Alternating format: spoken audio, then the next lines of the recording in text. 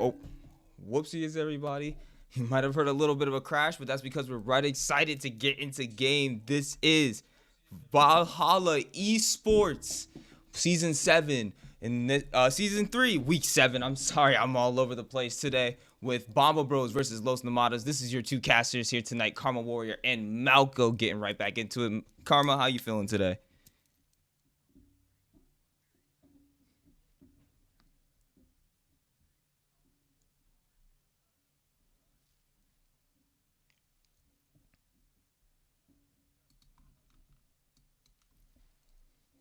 5.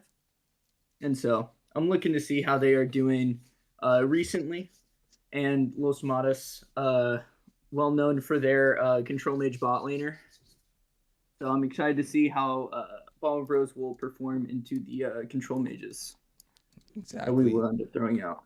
And we should be already expecting that from both of these teams really quickly before we get into the draft, as the teams have already gotten really far into it. We are going to see top lane Omega the Reaper, jungle Bulgaria, Miss Nerbopsy, ADC Junie, support Ray was for Los Amadas, and for Bomba Bros is going to be Evbot, Delicious, Dr. Dirk, Fluffy, and Eli the Wood. And I'm just gonna go straight into the draft, as they have already gotten pretty far into the draft, as we have been a little bit behind.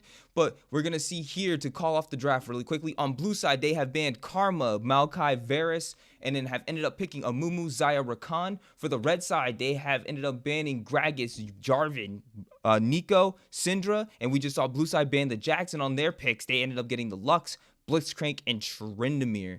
Sorry for doing that really just rapid fire. And if you guys can hear everybody, just let me know. Just, give us a little bit of tidbits. This is the first time I'm running the cast from here on the streaming side as well. So if there's anything that you guys are kind of noticing, anything that we can do to improve on the fly, please just go ahead and put that in the chat so we can make this as smooth as an experience for everybody here in the audience as possible. And to round out the last bit of bands, we do see the Victor and Riven picked from their respective red and blue sides. Now we're going to be finalizing out the rest of these picks. Karma, if you want to maybe give us a little bit of a light of what's maybe going on right now in these between these two teams.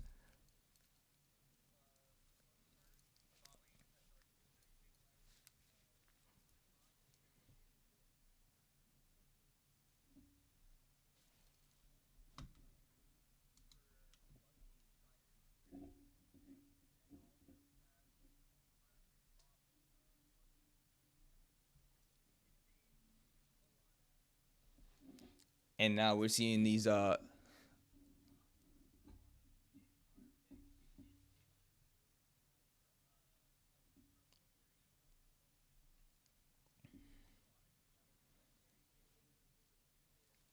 we do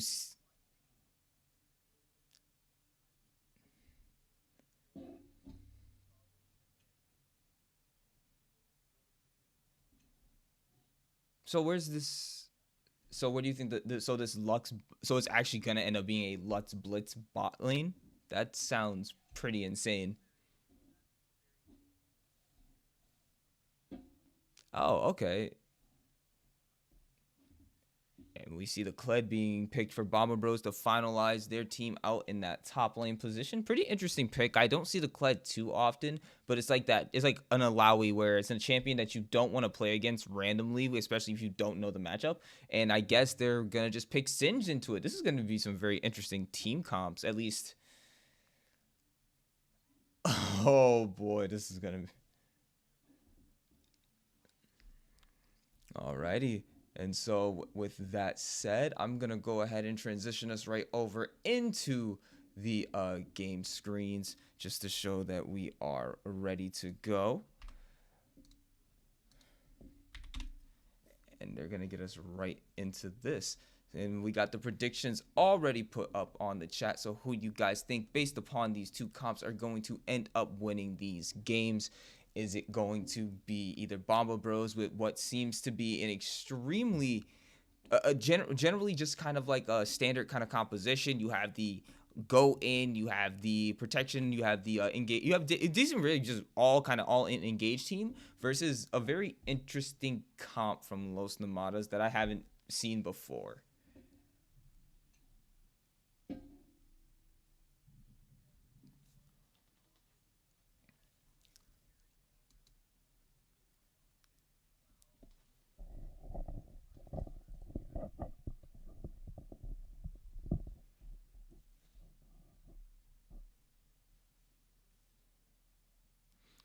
So we should see this go by pretty fast. I'm actually, I'm looking like I don't think these are two teams I don't think I've actually really casted too much. So I haven't really gotten the chance to see how much they play. I think I've casted Bomba Bros before, but from Los Nomadas side, I like there. It's a very interesting like game for both of these teams, especially seeing that it is a divisional game for both. They are tied at 3-3, and if Goat Kings happens to lose their next set of games, then it's still a tiebreaker for that first place slot in the Helheim division between what the winner of tonight's game and if someone ends up beating Goat Kings next.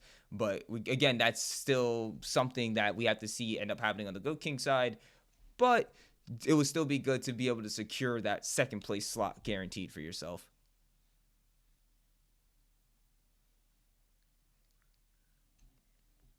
And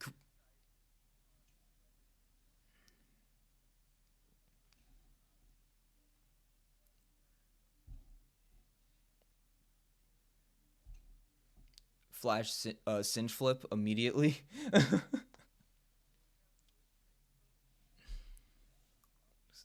Luck snare. Trendemir.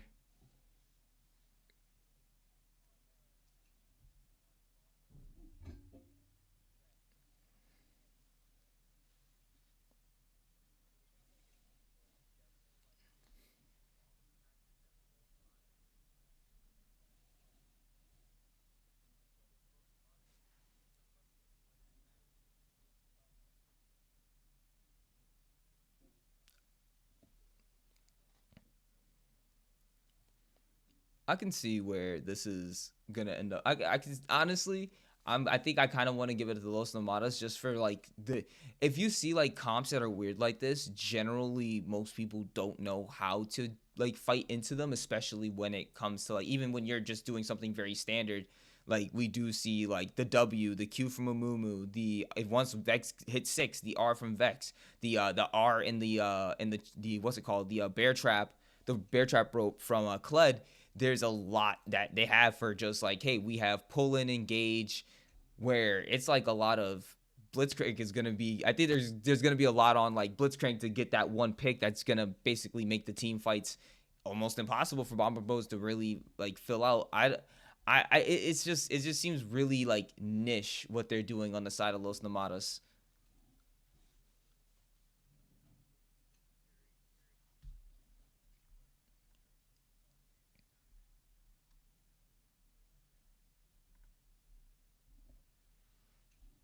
Honestly, I'm not entirely sure if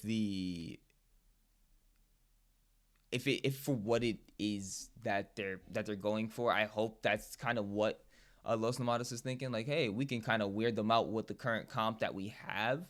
So I feel like they're like, hey, if we weird them out with what we're doing and make them like kind of try to play weird, then they can get them off their footing and that will make it an easy win for them. So I think that's kind of like the angle that they're trying to see it from. And again, a blitzcrank is just generally debilitating, especially before six for Zaya and Rakan. Even with the ability to go back to Zaya with the E, like you have a very telegraph where you're going, and if you're not behind some minions when doing that, Blitzcrank's got a very easy hook in on you, and that's a lot of lockdown. That bot lane could actually prove to be a very difficult time for Bomba Bros.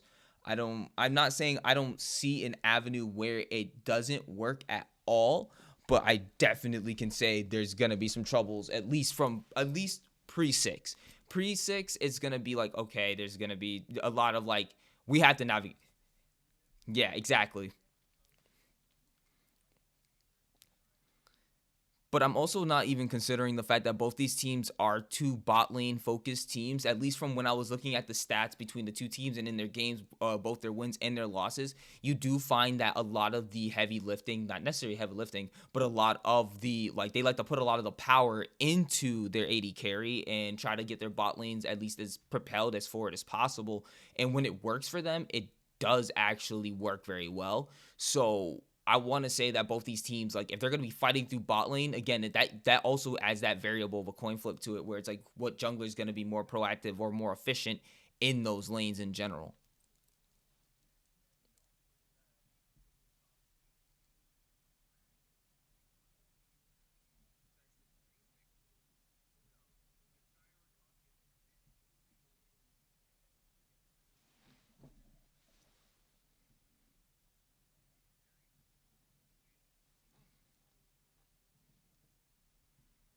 I don't. But the thing is that again, I'm saying as I was saying before with playing weird comps to their avenue. We've seen where like Swain bot has worked. We've seen where Ziggs bot has worked. It's one of those things where we're starting to go back to the old times of like Vlad and other mages in the bot lane. And I think now that we're starting to see that kind of come back. It's at least led to some variation into teams just not playing exactly the same anymore. Now that's why the league itself overall looks so much more even, because all the different players all play so many different types of styles of compositions. And with that said, the spectator delay has officially ended, and we are now going into game 1, which is Bomba Bros versus Los Nomadas. And again, remember, this game is extremely important to both these teams, as this is a divisional game that does potentially either lead to a guaranteed second place in the division for themselves. I'm not sure, correct me if I'm wrong, if it's for the entire season and for playoffs, but it might be at least they guarantee themselves second place in their division with no doubt about it, no ties right now at this moment. Or potentially getting the chance to really fight for the first place, because potentially Goat Kings gave up their games, but we just have to see if that scenario plays out. This is what they're hoping for right now, both of these teams. So whoever wins it here potentially could fight for first place, and that's what they really want, and they want to really go in with that good standing, that good mental in mind. And here we are with both teams running off of their bases, ready to get it started. Right now we see it looks like Los Nomadas deciding that they want to go towards the top side for their invade instead. Oh, hold on. No, it does not look like it at all. 30 seconds until minions spawn.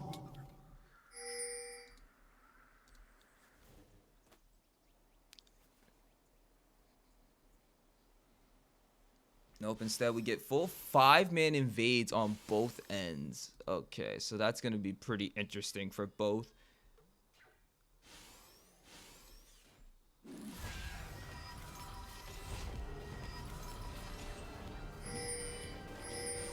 Minions have spawned.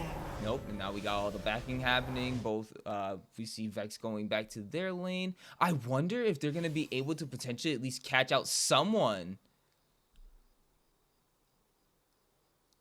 If Kled decides to stay? No. Oh, nope. Gonna at least ward it there and expect what you expect from the Singe. Immediately proxying the wave already as we start this off. Probably gonna lead to some immediate fighting, and Kled just deciding to completely ignore him and go straight back to his wave.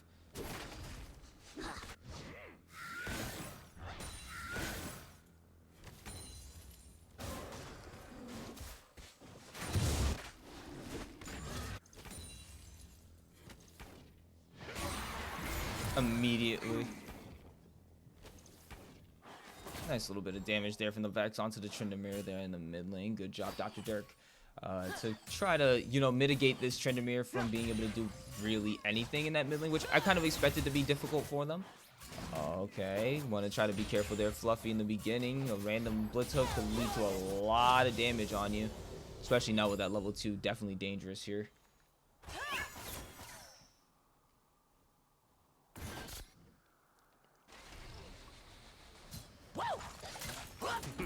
Oh.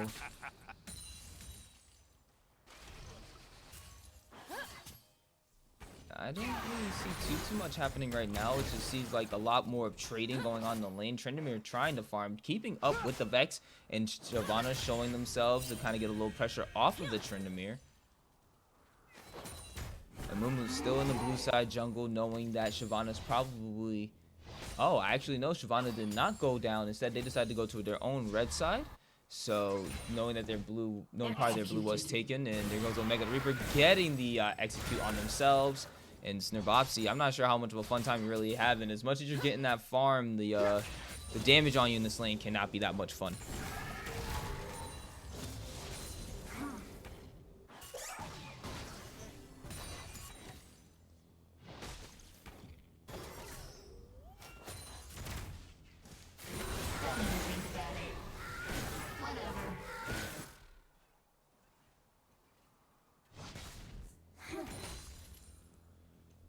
Yeah, he just has to ride this out. Again, he's still keeping up in the farm. Actually, he's ahead by 2. So, at least he's able to keep himself in decent graces. So he's not, it might not be enjoyable, but it's bearable. He can deal with it. Unless he has to flash out to avoid dying there, and instead Shyvana's trying to gank up in the top side, but Bomba Evbot gonna be able to get away.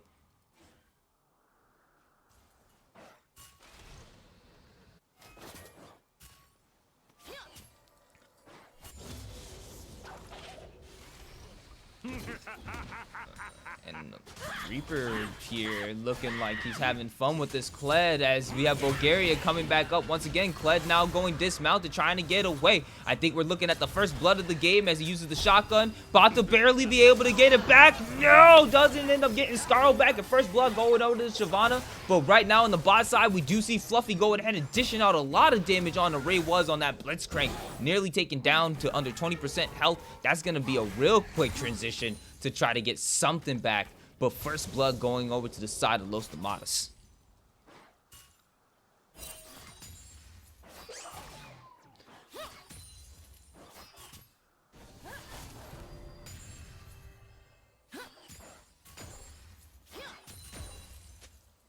And that was definitely a good investment, especially with the return gank. Probably had Evbot thinking they were safe, so they decided instead to wrap around, and that led right to a first blood. And we're seeing that now that they're trying to take right now we see Bomba trying to take advantage of the fact that they knew Shyvana was top recently. Gonna go ahead and try to take this first Drake for themselves. I believe it was a Cloud Drake, so we don't have to worry too much about that there.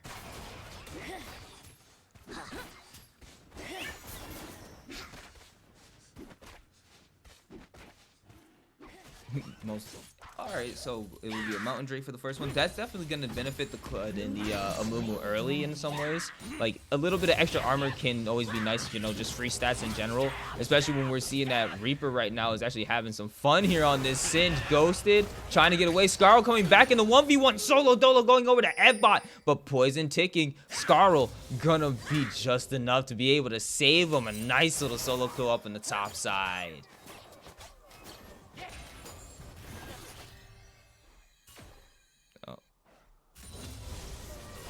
Believable. Oh, sorry about that. Fog of War up, so then we're able to see everything as they see it up here. From what we're seeing now, oh, hold on. That's not looking good. As Snerbopsy now showing his rage, going right back in onto Dr. Dirk, saying, hey, we're both 6 here. I have the ability to fight you right back.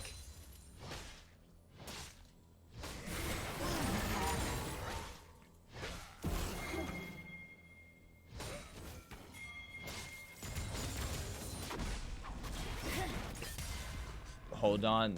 Bulgaria might be caught right here. Bear trap on a rope. Not going to be able to snag him back in, but the Q from Amumu immediately going right here. The ult lands from the Vex, being able to land on top of one. Dying Rage going to be on Snerbopsy, trying to get the Scarl to go down, being able to get him. But no, Eli the Wood going to be able to take the kill down on the Trendamir as down. Omega Reaper trying to get away. Level 6, barely going to be able to get away as Evbot is able to get his life taken. Oh, lands onto Bulgaria, and another kill going over to Dr. Dirk in his messy fight, but overall win for the side of Bomba Bros.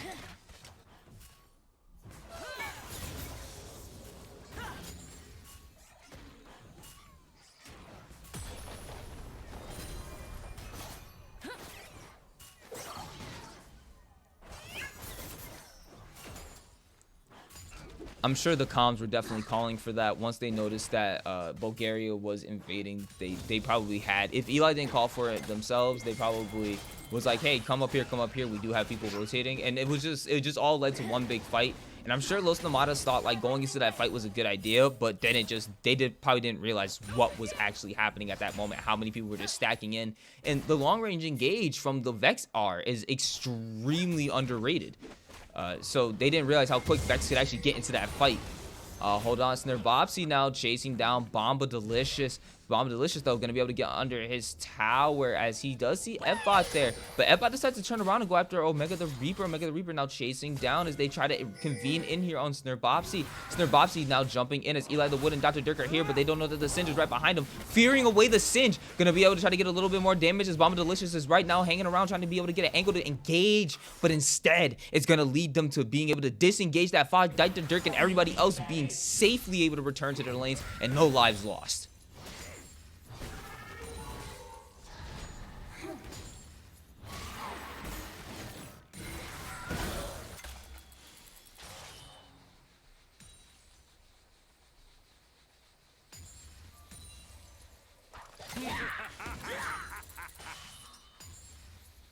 And I really do like the fact that that he did go for the merc treads as his boots of choice this time around. Just being able to negate. There is a lot of CC on the side of Los Nomadas, and I think it might be underrated with like the cinch flip and everything. Hold on, Ignited goes in on top of him, and Bomba Evbot is able to take that solo kill real quick, even when dismounted. And once again, Evbot now showing a little prowess on this Kled and showing some power. But we do see Bulgaria now trying to return the favor. Skarl is able to return onto him. Bulgaria having to use the ult, but jumping on top of the Kled. Bulgaria now chasing him down no more. Instead, gonna disengage that fight after being able to escape, but getting him out of Skarl form.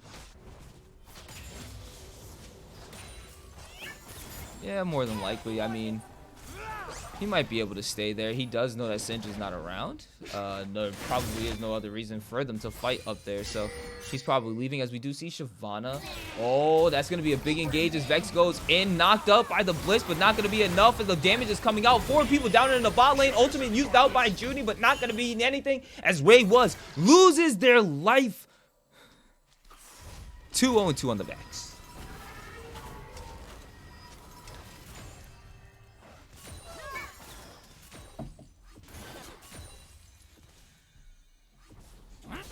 I do like the fact that we... Oh, no, go ahead. Go ahead. Oh.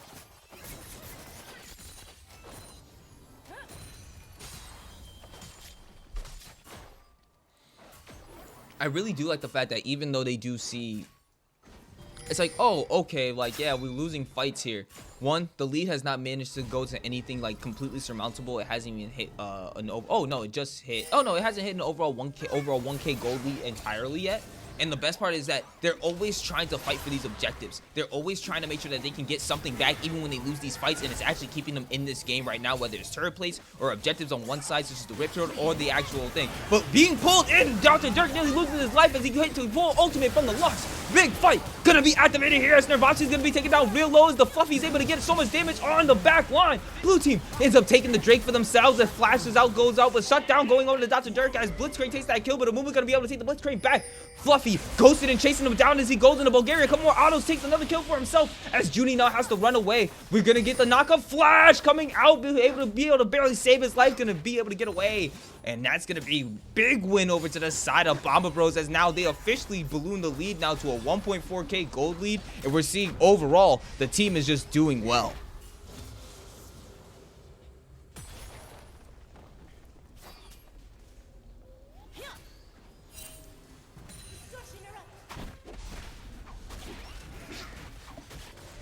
I love seeing dominant games like this. Hold on, Bomba Evbot trying to give me something cool to cast on here as he gets flung right into the turret, but he's gonna be continue to try to fight him even when he loses the Skarl here. I think Omega the Reaper's gonna see his angle. No, he's not, as he's not ghosted, but he is. Now he's ghosted in, being able to fling him in, and we do have the help from Bulgaria as Bulgaria's gonna try to get him down, but Skarl's gonna go ahead and return on the Evbot. Evbot now way able to face the 1v2, but the poison way too strong as he goes under the turret trying to take him. He does take him alive. One more shot, shut down. As we do see a return of a 1-for-1 on the top side in a 1v2, Evbot is able to take it still.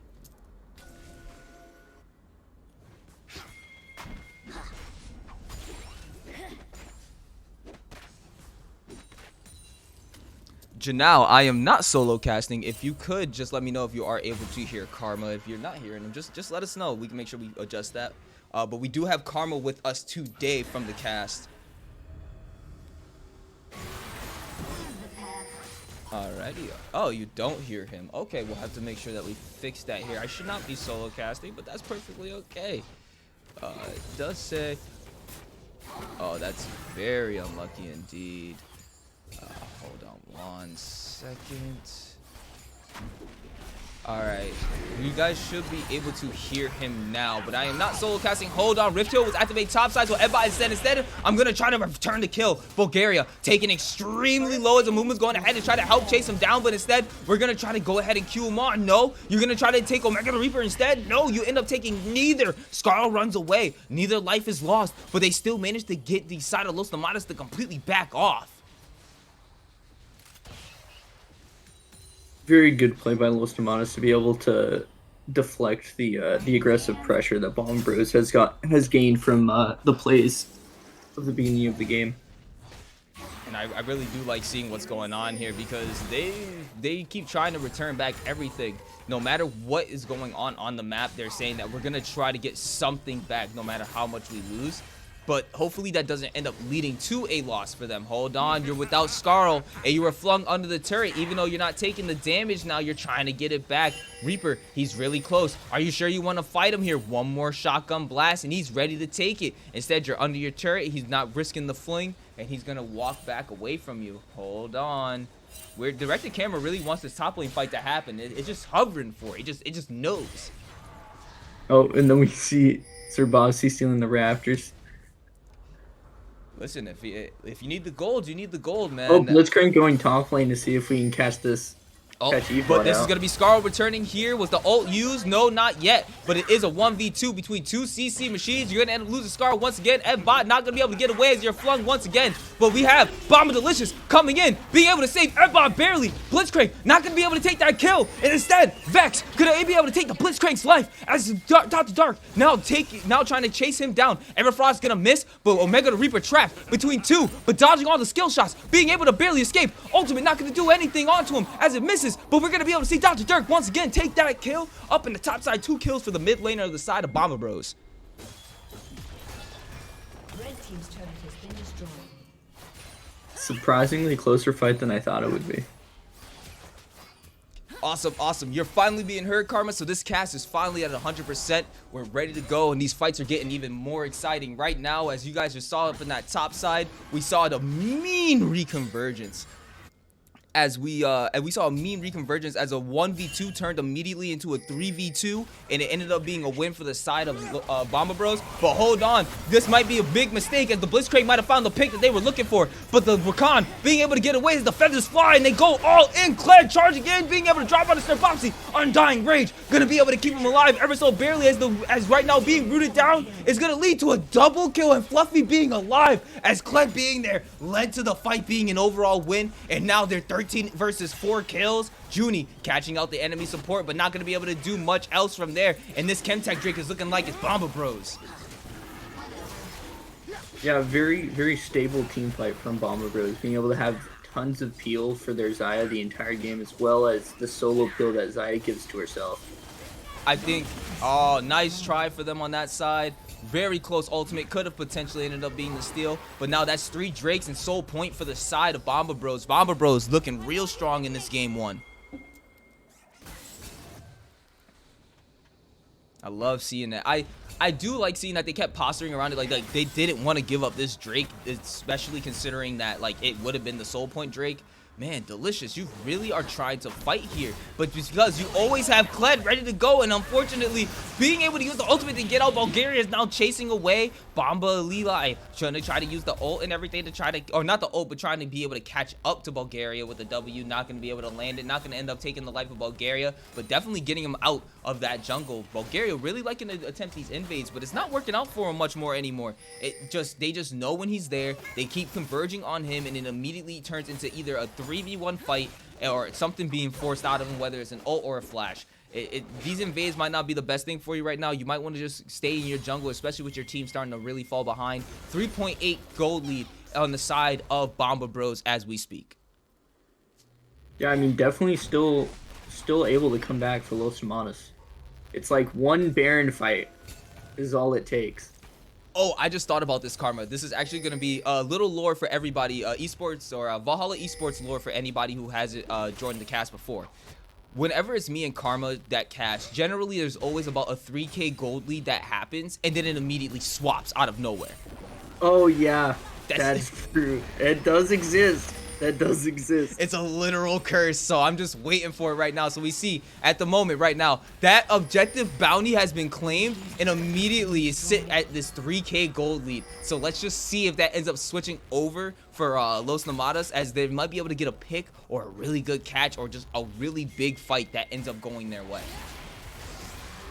Yeah, we will see. Baron is definitely the thing to look at here as we end up approaching it in the next minute and a half.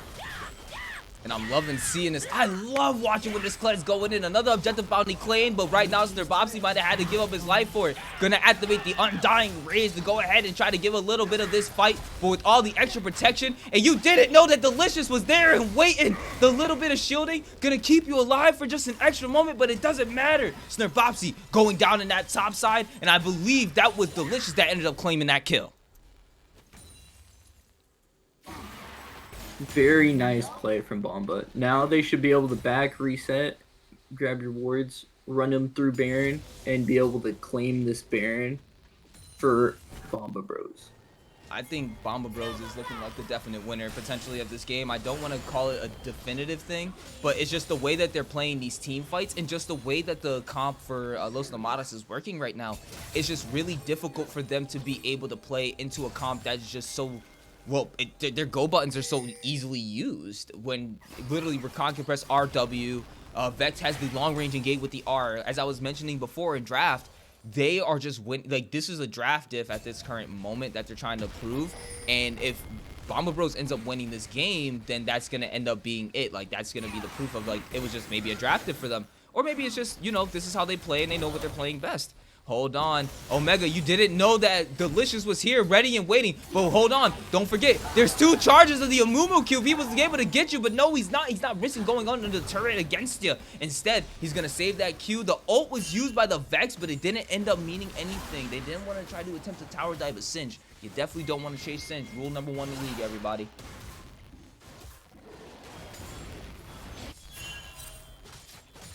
I am surprised that we are very lacking in trying to force this Baron for Bomba Bros. I feel like we have a big enough lead to where, like, if we get vision, it's kind of hard to contest. So let me play devil's advocate to this, and I'm gonna try to play to this. So they do see right now that the dragon is coming up in a few moments, right? If the dragon is gonna be up in a few moments as we speak, what is to stop them from, when they know that they generally just win, hold on, the immediate Q ult didn't mean anything because the flash from Junie gonna be able to save their life, but I'll trade an ult for a flash any day. But back to my thought, it was they're trying to play this because they know they can win these fights. Engage from the Rakan W, no Blitzcrank hook, and instead we're immediately going to the top side for a fight over the red buff. As we see, nothing else going to be happening, and I think they're just going to let him claim that red buff for himself. Alrighty, so we're probably going to see potentially the first Drake that might end up going to Los Nomadas. Again, they don't have to force this Drake. It'll be the first one that they give up if they do. And instead, they probably could just send the Xayah, Kled, and Amumu up to the Baron, if anything. But instead, they're looking like that they want to try to actually just sneak this Drake or even get this fight. But no, they really, this would have been better just to trade for the Baron, I think. Kled decides to engage immediately. We see the Kled going in. Amumu trying to steal it. Instead, red team ends up getting the Drake. Long range engage as the Vex R comes out, and it's not going to be able, it does end up landing, but not end up meaning anything. And instead, Junie ends up getting the shutdown onto the Vex. This is the fight that the Los Nomadas has been looking for as they try to go ahead and chase after Singe, but you don't chase Singe while Bulgaria is coming in on the Shyvana. Shyvana ends up taking out Eli the Wood. Bear Trap on a rope, being able to clap him. Double kill. Going to be able to get him as Junie takes another kill for himself, taking out the Xayah. Now it is a 1v1 versus the F-bot. Actually, no, Reaper's still here to be able to help out his bot laner as Junie is caught, being able to shield him out. Instead, going to be able to get them both out there. Ghosting to be able to try to get something. I think Junie really wants this kill. Does have the ult, is going to be able to do something. Yes, gets Scarl to run away, but it doesn't end up being able to get him the rest of the kill. And I don't think you want to go up against this pretty fed Kled at this moment as a Lux. So, gonna have to take that back. An overall win to Los Nomadas here in a big one that they needed, bringing the gold lead to within 800 gold, all after those shutdowns going all over. Oh no, the caster curse. It's happening. It happens every single time we cast. This was the fight that they were looking for. The kills do not matter, and now we are literally looking at a 1k gold lead for the side of Bomba Bros, but before it was just 3k before this fight. This fight was the big mistake for the side of Bomba Bros. They should have just traded that Drake for the Baron. You had the damage to be able to get it done, but you really were greedy for that soul, and it ended up unfortunately leading to a lost fight and a lot of gold given up. Yeah, I think if you play the post 20 minutes, if like a Mumu was in bot lane for that like try the Singe catch with Vex, and instead was setting up Baron with Rakan, I think you do Baron before drag is even up, and then you can test drag with Baron, or you can force an end, like an attempt to end through top side or mid lane with Baron instead of giving drag and then force them off it. Especially with like But there's a lot of ways. No, you're right. There's a lot of ways to be able to get this done, especially with Bomba Bros. Like they really could have just taken that Baron, flexed their wallets, and hold on. Omega the Reaper feeling himself right now against this Vex. Vex gonna be able to get the Everfrost to land, but now you got 4 members there flashing away from the Blitzcrank hook, but you do have the chasing of the Singe here. Ghost ultimate getting feared away and feared really far away as we go right to the 1v1 of Snerbopsy. Actually, no, we're switching back and forth between the directed camera kit. The side of the shutdown goes over to the Tryndamere. Los Nomadas finally winning these fights as Bulgaria goes immediately in, pulled in back again. Once again, Bomba Delicious gonna get slain by the support from the side of Los Nomadas. Los Nomadas support knocking him up. Omega the Reaper being able to take out the enemy AD carry as we see Eli the Wood going down. We see the red team officially switching right over, taking the gold lead, and now it's taking the Baron. They're taking it for themselves, and they're looking like they really want to take this game. Now finally winning these really important team fights in the late game. And there's the 3K Gold League swap. After this Baron is done, it's right around there. It's right around 3K. And there's no contesting this Baron now, and I'm very worried, like, with this Tryndamere now sitting on the side lane, Ravenous Hydra, Kraken Slayer, Baron buff. There's going to be some split push threat. Los Nomadas is now looking like they have some real team fight pick threat. Oh man, this is really an insane game to turn around. It was just 14-4 a few moments ago. 3K Gold Lead reverse card. Once again, it's a 3K gold lead reverse. They said Uno reverse, all right? I don't think Delicious wants to really be fighting there against him. You had to flash away with the Vex ultimate missing. That's going to be your life. Snerbopsy solo dolo immediately onto the enemy jungler. But you're going to have to eat Ghost away to try to get away from them. You don't. Oh, you do have the ultimate if you wanted to fight there, man. But you're not feeling that gutsy. He said instead, I'm just going to walk away from this, heal up in this lane. Because they can't fight me 1v1. Oh, I like that when he knocks you up. Hello.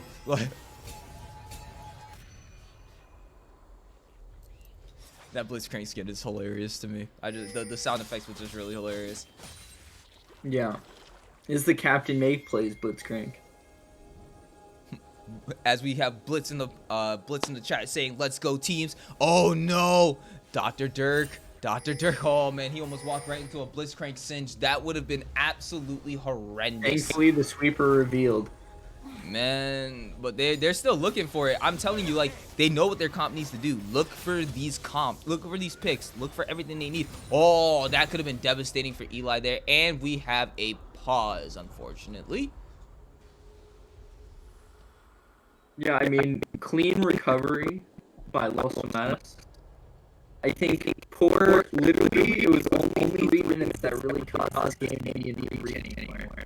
It's just the first 3 minutes after 20. This is That where really caused this all to happen. this is where macro play becomes extremely important when it comes to how your teams work, because they knew, like, Bomba Bros knew that they could win a fight.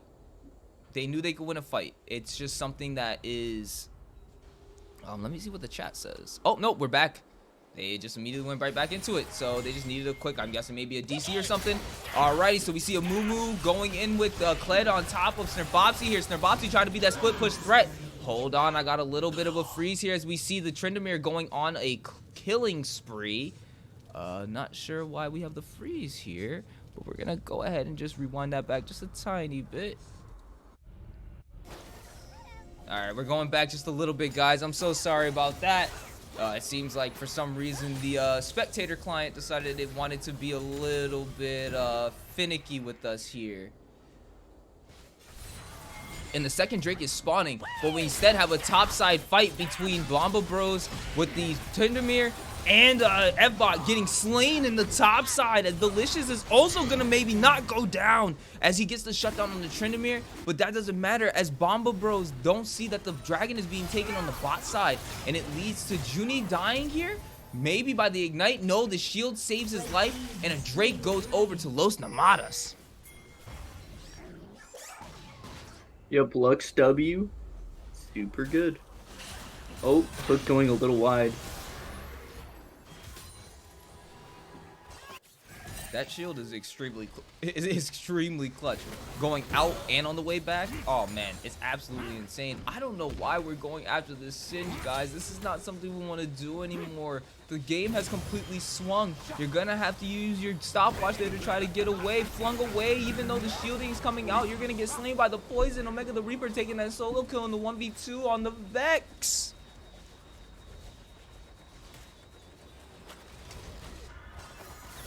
This is the power of Singed. When they do chase the Singed, unlucky. Oh, that's just unfortunate. If the Singe wanted to, he could just immediately charge in. Like, he has the 1v2 power, but Delicious is here to go ahead and attempt to help his support be able to safely back away from this Singe.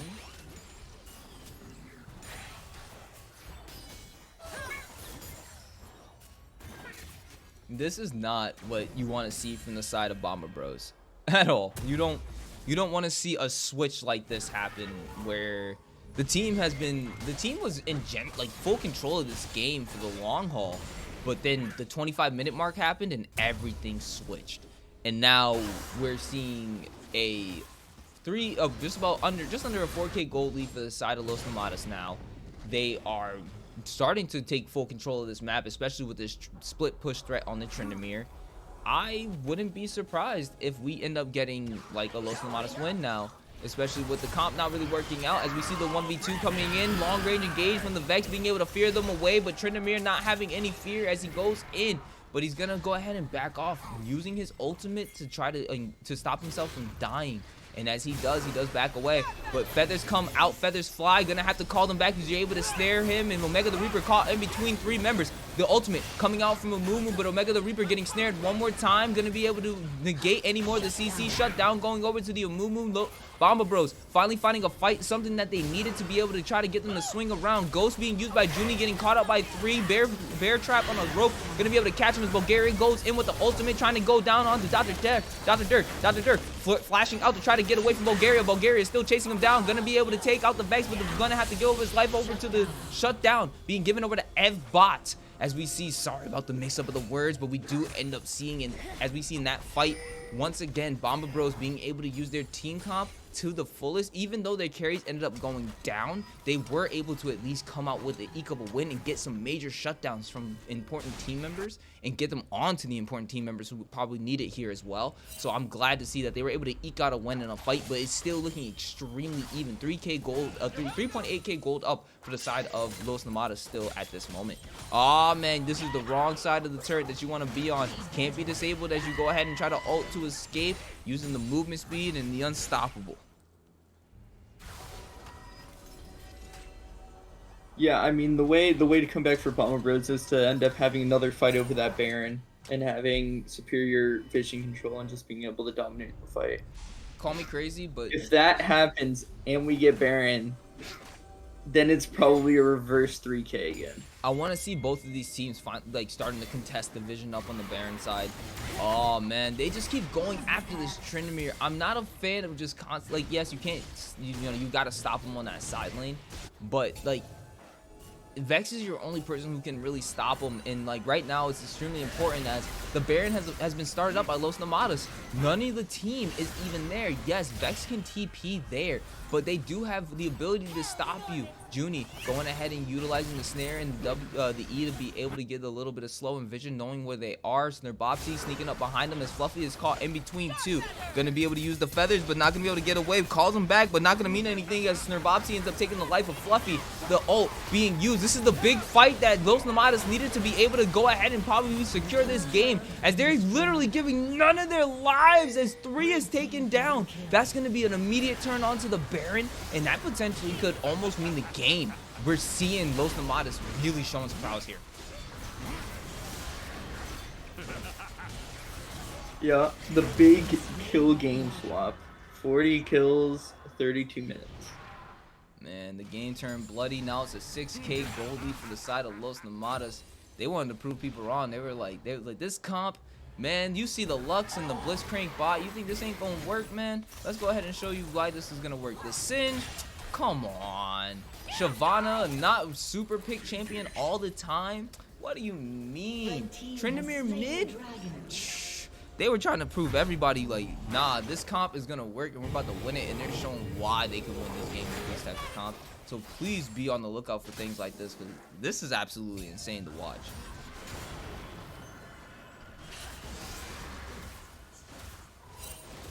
Yeah, but it will be Soul Point for now, Los Nomadas and Bomba Bros.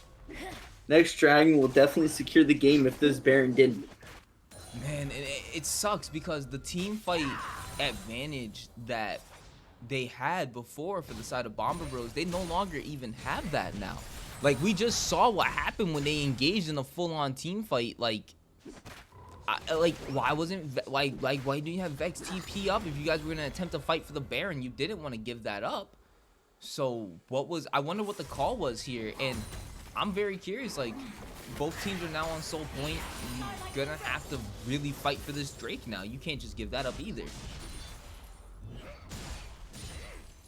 Yeah, it's gonna be a very difficult game for Bomba Bros to be able to pull it back. Although, like, really one super successful team fight with a wave push, and you can achieve a lot. It's just because of how late the game is gone. I just don't like these lane assignments right now. It feels like a bunch of I think matches. You're definitely meant to have Kled lane against Singed and Vex into Trend. But it's right now it's completely the other way around, and I think Los Nomadas knows that they're playing into a mixed match. Oh man, that could have been, oh yep, get the ult out, and that's gonna be an immediate assassination from the Lux. As we see a team fight going in, the long range gate coming out from Dr. Dirk, not gonna really mean too much as the Vex goes down to Lux. Lux getting a double kill for himself. The ultimate coming out from a Moo gonna be able to knock down 3 people, but not gonna really mean anything as they lock down onto Los Nomadas. Zonya's gonna go out from Junie, so the Lux is trying to live, but the Lux not gonna be able to get away. His movement ends up taking the kill on the Lux away with the flash, but Bopsy now coming in, trying to go down onto Eli the Wood. Eli the Wood gonna be able to barely get away as Omega ends up taking the kill, but we do see Amumu ends up taking out the Blitzcrank, getting the shutdown, but Los Nomadas overall winning the fight with 3 members still alive, barreling down with the Baron, and probably gonna end up taking the game. Yep, Tryndamere pushing super strong here. Probably end up ending the game. Oh man, That's a clean comeback from Los Nomadas from like the staggering early game that they had. this was completely unexpected. Fluffy gonna try to attempt to save the game, but instead Zerbopsy says, I'm ending it game 1, going over the side of Los Nomadas. Oh man, that was crazy. That was I don't know about you. That was, to me, that was fun. That was a fun game. That was a really fun game to cast. But my guy, that was. I think the macro could have been better, but the fights as a whole were really nice to watch. Man, that was, the macro overall could have been better. I think Bomba Bros unfortunately threw at that one dragon fight, and then once the Baron fight happened, just those last 3 minutes before the dragon fight. The dragon fight was the effect, but definitely was not the cause. Unfortunately, it was just not the call that was meant to be there. It was just not their. It was just not the right. It was unfortunately not the right call for them. I think it. Like my head has just been screaming from that moment. Like, guys, you should have went for Baron. And I know it might not seem like the right play. If people could call me out, go ahead, call me out. But like it just seemed like the right thing for them to do. Like, you could have given up that one Drake for a Baron and potentially propelled yourselves even more forward. And it didn't help. Like, that Tryndamere is also one of those champions that, like, he just needs to get gold and then everything works out for him. Like, he doesn't necessarily need to do extremely well. So congratulations, Los Nomadas. You guys did a damn good job. Props to you. We still got another 1 or maybe even 2 games. Yep, but with that performance, recovery is still available for both for Bomba Bros to be able to clutch back and make it a game 3 here. Bomba Bros, they got this. I really believe that they do have this at the moment. I just think that they just need to for them, like I'm about to transition this over here. They just need to get themselves just the calls. It was just some interesting calls in the game.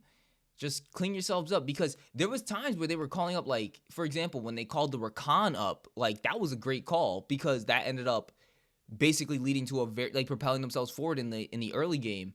So I think like they need to do something again like that, where it's like, if you're gonna make calls, try to do them in advantageous moments, especially when you're already ahead. Like you were 3K gold up, and I know that swing happens back and forth so damn often, but it was 3K gold. It was right there.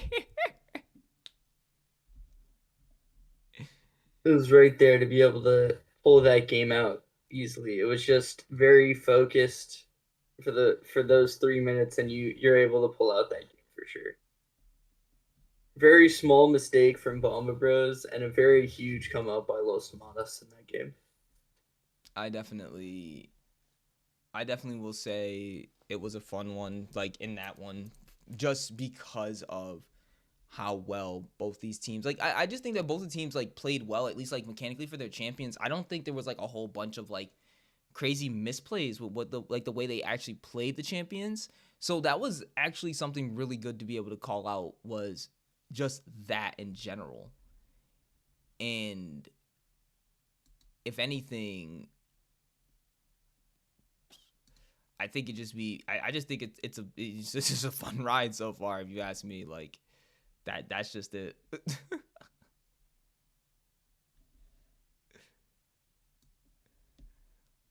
Alrighty, so we're just eagerly awaiting them to get into the game here, or get into the draft here. I'll let them know that.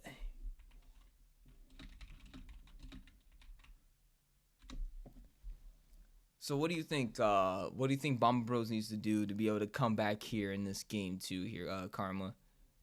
If you draft the same comp and do what you did again, like literally just focus a little bit more on the macro. Just a little bit more on like the positioning as a whole. And I think you can really have it. Fully agreed. Fully agreed. Exactly. It's just the cleaner plays around the team fights and stuff. Once you guys have that, that's really what matters the most. Is that in general.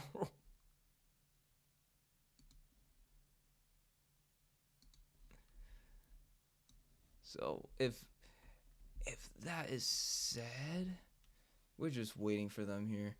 Uh, I think what I'm going to do is I'm going to just kick it over to a quick pause as we wait for them to get into game 2 draft. It looks like we see Bomba Bros is once again on blue side. Yes, they're once again on blue side.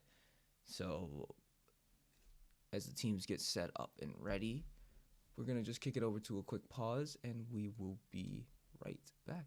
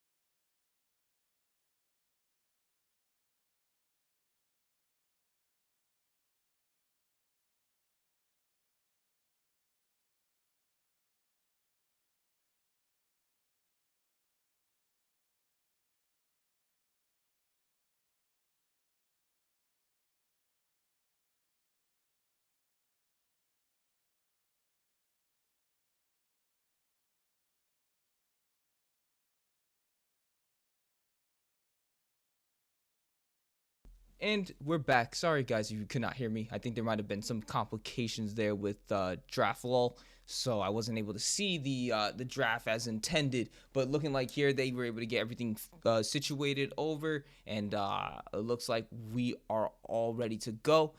So here we do see for the first round of bans, we see Tryndamere, Maokai, and Varus for the side of Bomba Bros. And then we do end up seeing Gragas, Jarvan, and Nico banned for the side of Los Nomadas.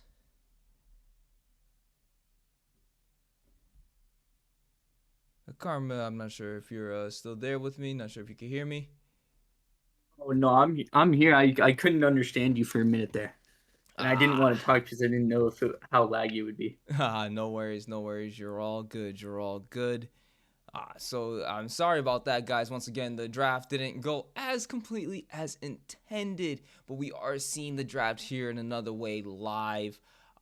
So we do see for picks here on the side of Bomber Bros, they end up going for Set, Amumu, Xerath, and on the side of Los Nomadas, we do end up seeing Singed, Hecarim, and Karma. Definitely some pretty interesting picks here. Los Nomadas definitely going for one Karma of the those standard pick for Sir Bopsy. Hecarim's a new one, especially knowing that we played the Shyvana in game 1 and it was pretty good. The Singe coming back again. Do love to see that. I'm very curious to see how this Singe does again. That was a very interesting in the beginning. We're not seeing the Kled here, which was a very interesting pick into it, and it definitely held its own.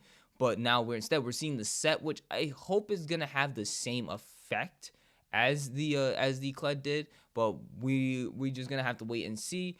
As we do see the finalize the bans, we see Syndra, Victor banned out for Los Nomadas, and Jax Riven banned out from Bomba Bros. To round out the rest of the picks, it's looking like Zillion for the side of Bomba Bros for their bot lane. In the bot lane here, it's looking like the Zaya Thresh.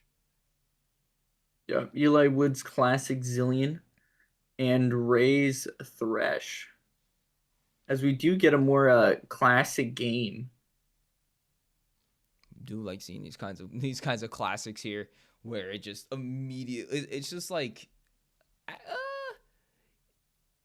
aside from the Zillion pick, everything seems pretty decently to code. Yeah, Zillion pick just being specifically a pick that Eli plays.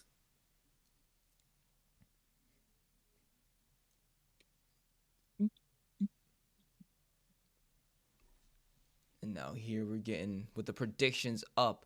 Go right ahead, guys, and use up those channel points. See if who's gonna end up winning here on this second game. Is Los Nomadas gonna be able to close out this series here with a game 2?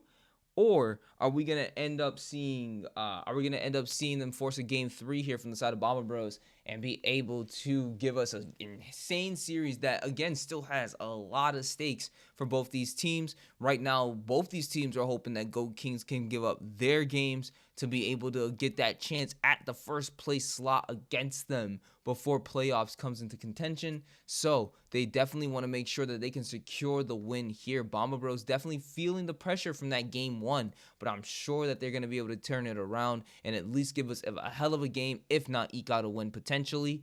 But I do see where Los Nomadas is definitely feeling the heat, and I think excuse me, they can play better than their their divisional opponent. Yeah, I think the series seems very close, and I'm very excited to see how both teams end up playing out this game, as it seems that it's a very classic game. So we'll probably see the invade from Los Tomatos again, while on Bomber Bros we'll probably see a 5-point. So we will see if they get caught out from the invade. And that'll be very scary to see someone get caught by a Thresh hook into a Hecarim charge, Singe flip. There's a lot of the invade from the side of Los Nomadas is definitely looking like an angle that they want to go in. I won't be surprised if they end up doing so.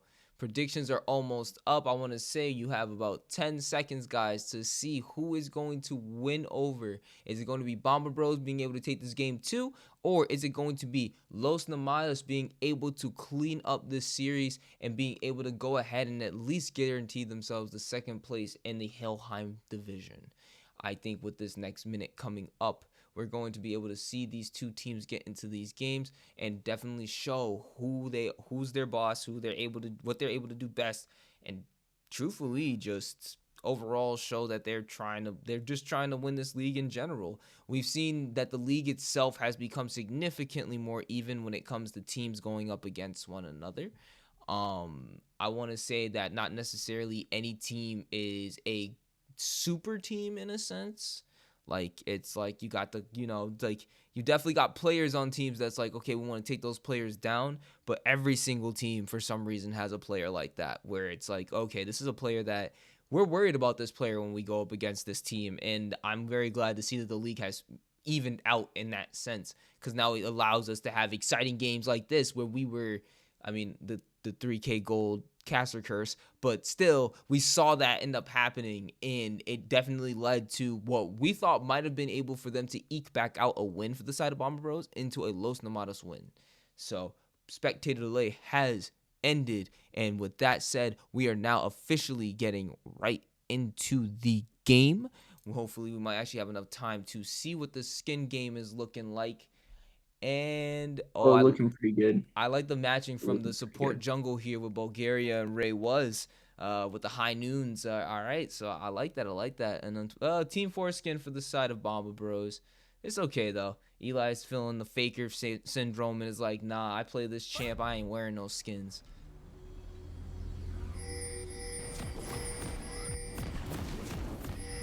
As we approach, we'll see if it looks like we're gonna have a 5-stack from Bomba as they and we are going to invade from top side again. We're gonna 5-stack. Okay, so Eli's going bot lane alone. Probably gonna go get a deep ward while we stack in this bush. 5-man stack in the... Oh, okay, we ward red buff and then we run over. Oh, we might actually get the 5-man invade because they go for the topside invade once again. Thresh, you're not ready for it. They're ready for you though. Immediate 5 versus 4 in the topside. Ray was going to be brought down to low health after being ignited. Thresh will be able to land as we see more red team members being able to be brought down. First blood going to the Hecarim as we see the Zeri being able to take him out, with the Hecarim getting more as he gets a double kill. Flash being used by the Zeri to try to get away as the Ghost is being used to catch up on the Eli the Wood, waiting for the Fling to be up once again. Not going to be able to tower dive behind him, and instead Xerath is there getting caught by the enhanced Q by the Karma, being just auto attacked to death.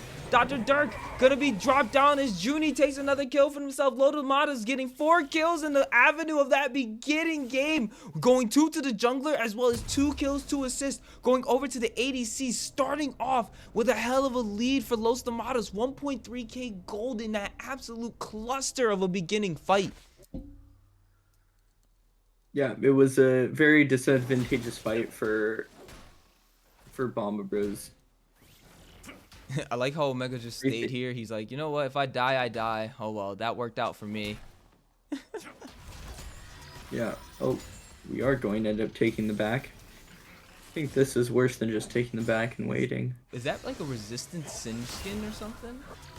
Yeah, that's the resistant Singe. It's the only matching one that matches High Noon. Ah, okay. Well, I want to just say was very happy to see an early absolute insanity happen like that in the beginning.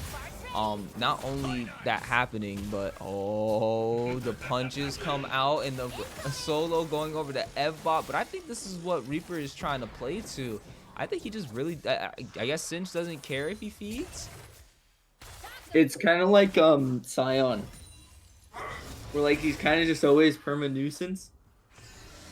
It's like, no matter what you do, I'm always gonna be annoying. Getting caught by the snare, but also getting stunned up, being able to trade back damage between Snare Bobsy and Dr. Dirk. Both these mid laners definitely showing that they're kind of even in this matchup. Oh, Nice job. Double bomb being landed there by Eli the Wood onto Ray was. Getting a little bit of poke damage. Yeah, Zeri's a champion I haven't seen recently. So I'm excited to see how she performs. Snare Bopsy though. Oh man. Definitely Karma's a champion that like I hate going up against. I'll admit it. It's like anytime you see her, you're just like, oh, getting pulled in. Wow, Delicious is up here chasing down Reaper. Gonna be able to get the damage is enough. Another solo kill going over the F-bot. Didn't even need his jungler. Oh. While Bulgaria going for the invade on the blue side, but it being down. I mean, he can at this point if he wants to. Like, you know what the enemy jungler is. Might as well take advantage of it there.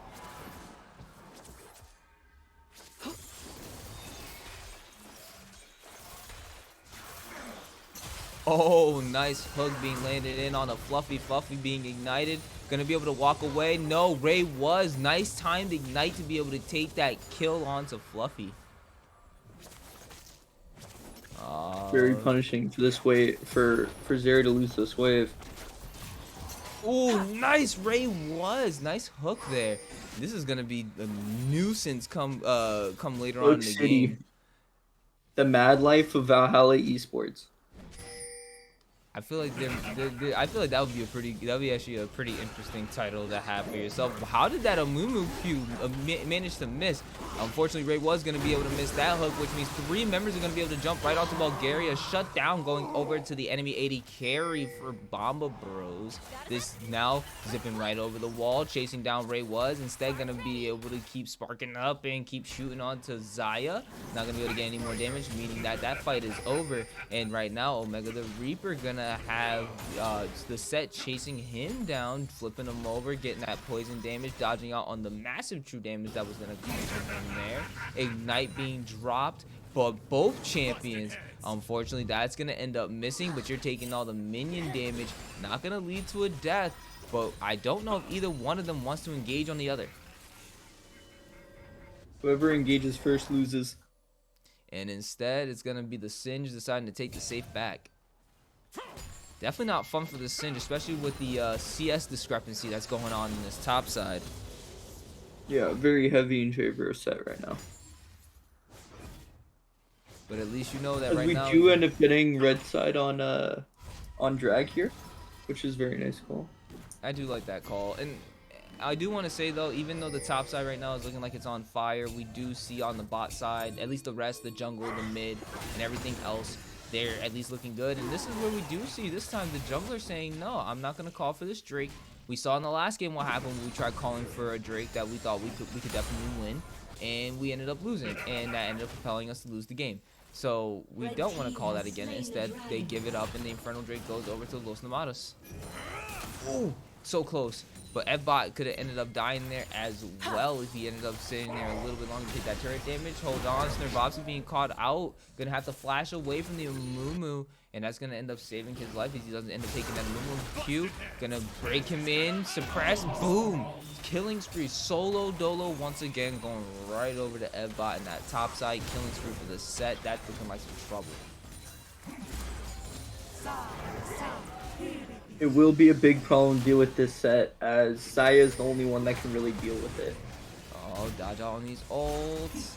And now we do have Bomba Delicious going to be chasing down, as Hecarim does come for the save, but that's all that was necessary. No need to have to try to actually engage and give up a pointless kill away to the enemy team when you can just get them to back off your Karma, and Karma doesn't end up dying themselves.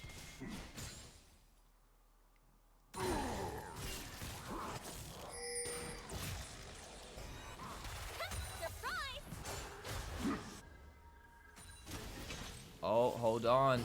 He knew that he was backing there. You don't want to chase him down, F-bot. You don't want to chase the Singe.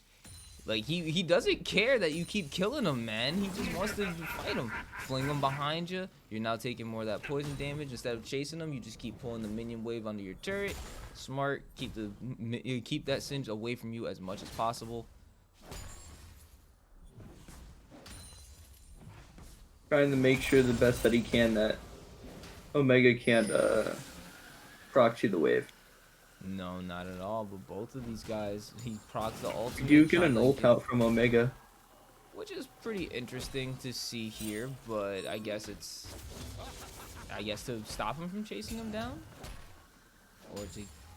Oh, Omega, you might be in trouble now. You got no flash. You have no flash at all. You only have Ignite and Ghost. Now you have both the jungler and the top laner cornering you in the alcove. Time for some alcove gaming. Trying to dodge out on any possible CC that could come out from the Amumu until you wait for your mid laner to come up to save you. But your jungler's here too. The Hecarim ultimate going to end up missing, but it's still going to end up leading to at least the death of somebody, as we do see the absolute suplex of the century, leading to, unfortunately, both their deaths, as the shutdown of the big lead that was on the Evbot has now gone over to the enemy jungler, and that was able to at least mitigate a lot of that top lane lead. And honestly, I don't think keep constantly going up topside is really what Bomba wants to keep doing right now. The Singe set matchup clearly has shown that the set can do everything on his own. And now that just led to both you guys ended up dying and giving up a little bit more. Yeah, it's definitely better here to play around mid lane. Make sure that Karma can't get to these fights before Xerath gets ahead enough to where he can R from lane and be able to influence it really hard. And again, we do see them kind of like playing to the same comp, like even though they don't have a long range engage from the same, like how the Vex was, they still have that long range ultimate from the Xerath being able to at least apply some kind of effect away from fights when they can't get there immediately. But we don't know how well that's going to translate into these later fights, especially with the Xerath right now not having a whole lot of effect on the map at this current moment with everything going on. And instead, the Karma at the moment has a 6 for 7 KD on the map on the game at the moment. So they've been a part of everything here. Like, yes, a lot of that comes from this first fight, but of the other 2 kills that were had afterwards, hold on, ultimate ends up being used, and that ends up being dodged. Well, yeah, once again, another solo kill we see happening in the mid lane this time. And that completely shuts my words as I cast her curse Nerbopsy. Sorry about that. A very clean ultimate by Mr. Jerk there. Definitely had them trying. Oh, Evbot and Delicious both here. The ultimate coming out from the Amumu, and the big punch being able to land the true damage and taking out Bulgaria. So now they're going to be able to continue to take this Rift Hero for themselves. Oh, nope, it ends up resetting. Ah, dang, oh my god, the full HP too. Oh, that at least gives them some type of chance if they wanted to attempt to steal it. But I don't think Bulgaria is really too worried about it. And instead, I see some pings from at least the Zillion looking like he wants to start warding around the Drake. So they definitely want to just make sure that they'll end up losing the Drake lead like last time. There's a lot of pings being called. They see Snerbopsies. Now Snerbopsy being taken down, having to use the Shirelias to go ahead and get them back to safety. 1 Zillion bomb lands, but not both. You're going to be able to continue to dodge out on all the other skill shots, and it allows you to live. They think that you're going to chase down further, so they're waiting for you, but instead, you were smart. Got out of there. Managed to keep your life. That should be another dragon. Yep, and Amumu's now actually looks like he's heading down that way. With the TP coming out from Zillion as well, they're definitely going to attempt to try to contest this Ocean Drake here. And instead of contesting the Ocean Drake, turn around immediately from the Amumu and instead goes right up to using the Rift Herald on the mid side and trying to go right after them. But when you do have them here, you're snared up, caught by the Thresh Hook, flayed in once again. Bulgaria now coming in, slowed down. The ultimate used on the wrong person ends up leading to Delicious's life being taken by Ray Was. And now we see without the Zillion ultimate to be able to be used on yourself, you end up dying too. Snerbopsy ends up getting that kill. Omega the Reaper now wanting to chase down Dr. Dirk in his mid lane. Even though you got the charge, he's looking for those quick, very certain use of the ultimate there from Dr. Dirk, trying to get it. But now, here's Fluffy here, trying to get you guys under the turret. Double kill for Fluffy, triple kill for Fluffy as this Zeri is just zapping more damage. Quadra kill for Fluffy. Fluffy not wanting to chase down anymore, trying to get the Penta for themselves. You drew the 4 pieces of Exodia. Why not go for the 5th? You had the Pot of Greed ready in your hand, but instead you didn't use it and decided to keep your life. Good quadra kill, 6-2 and 0 for Fluffy. And the 3K gold lead curse lives again. Oh man, that really just happened. Jeez, this can't keep happening every single game. It's like if the team who, all right, so let's really just bet this. We should start putting in the predictions from now on. Which team is gonna get 3K gold first? Because that's what's been happening. They get 3K gold first, and then they usually end up giving the game away. And as true and as fortunate as it is, we now see another fight going on. Bulgaria and them trying to get another pick, trying to get themselves back ahead in this game as Bomba Bros has been able to take the lead away from them. The slam coming out from Edbot. Edbot able to get a big damage onto him. Now Snurbopsy here shielding down Omega the Reaper to try to get him away from the set. As Set ends up giving his life to Snurbopsy. Alrighty, so now we once again now see Los Nomadas trying to. This time they're like, okay, we ended up messing up some things, but we're just gonna go ahead and we weren't expecting the Zeri to come over the wall and be able to get a quad kill on us. So instead, we're just gonna that's the tower shot that ends up taking it. Dr. Dirk getting the solo onto Omega the Reaper in that top side. A lot of these kills right now are actually been a lot of solo kills actually going on in this game so far. Super solo kill game. Not a lot of few jungle interactions. Yeah, if it's not just the laners interacting, it's just it's just all solos right now. Alrighty, Evbot now in this mid lane instead, as red team's turret ends up getting destroyed in that top side. First turret goes over to Xerath, and Xerath, Dr. Dirk in the side of Bomba Bros. So now they're trying to enhance this lead more. As you end up getting stunned up, locked up, the Xerath ultimate coming from the downtown, getting the triple dunk onto you, killing spree for this Xerath on the side of Bomba Bros. Now they're really looking like they're informed. 3.4k gold up. Not the 3k gold leaker. Whoever can get above 3k gold into another number normally wins. And right now, Bomba Bros is, they're trying. They're trying for it.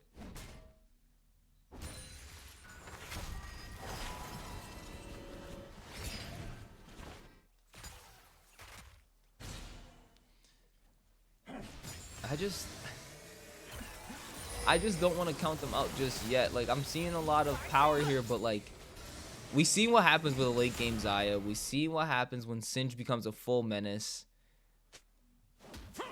Yeah, but now at least we have Set to deal with it. It's not a Kled from last game.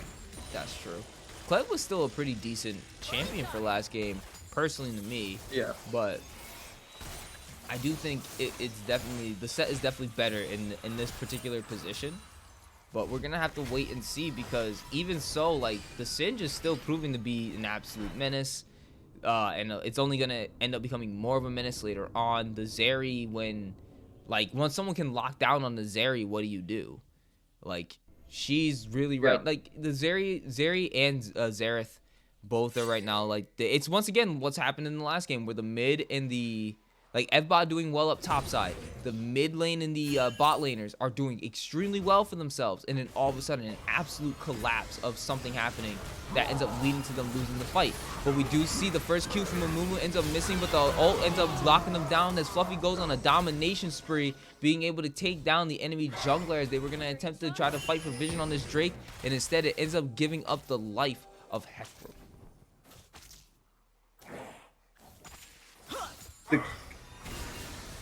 All of these games have been close. Oh no, Dr. Drake's gonna end up getting chased down as the Drake ends up getting taken here. This is the third Drake. Bomba Bros now gonna actually end up taking it for themselves, as they end up taking the life of Bulgaria earlier, so he's not gonna be able to beat him in the fight. And they were able to turn. I'm sure if Bomba was able to, or Bomba Eli Wood was able to land that second bomb, they probably would have ended up going after him. Hold on. They're trying to chase down the Xayah here, but I don't think it's going to end up... Looks like we're moving over to Herald for a clean Herald take, which makes sense. Yeah, you have no one else on the map to really contest you, so it would make sense to go straight for the Herald, even though Hector is right now at his Raptors, so he looks like he could head there. We do see the pings from Bomba Bros saying that right now, look at that. Omega the Reaper is right behind us. He's stunned up. They can easily get the kill as Bomba Delicious is able to take that for themselves. They do see the set there. And now they don't have Omega there to be able to help out with the distraction and the nuisance that normally is allowed from the Singe. So instead now, Bulgaria is going to try to chase down Xerath, but it doesn't lead to anything. And instead, Evbot is now being absolutely locked down in the background by the 4 members of the team as the Heckman was able to get them all locked up. But Zeri now officially going off as he goes godlike, activating the ult and knocking down so many more. Double kill for Fluffy on that Zeri as it's just looking like absolute domination coming from her. Zip on the wall, getting more of the Qs, avoiding the tower shot, and we see Dr. Dirk going unstoppable with the final part of the ultimate to be able to land on the Snirbopsy. We have reached 5K gold lead. Oh man, now we're over Approaching 6 now. Yeah, we're officially 6.2k gold up here. That's an absolute balloon of a lead for the side of Bomba Bros. It'll be very difficult for them to give this up. And this time, what's a little bit better is the fact that now their shutdowns aren't as spread out amongst their members as before. Now, primarily, the shutdowns are only on 2 members. So because of that, even if they do manage to get a really good fight, they won't be able to, those Nomadas won't be able to really balloon the lead as much as they were able to beforehand. For sure, for sure. They can still definitely win one really good fight that could lead to Definitely, something yeah. big happening. It's just another Baron. One Baron turn, and this game is flipped again.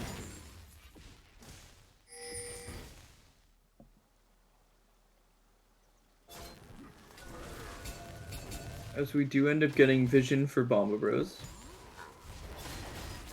Very nice warding by Eli. Oh, Han Snirbopsy taking a lot of damage from Evbot here, but now dishing it right back out. It's looking like this Karma believes that they can go ahead and solo this set here. Getting the minions blocking that extra Q damage. Definitely would have been nice to be able to land that for him, but definitely holding their own here. Snirbopsy definitely not out yet.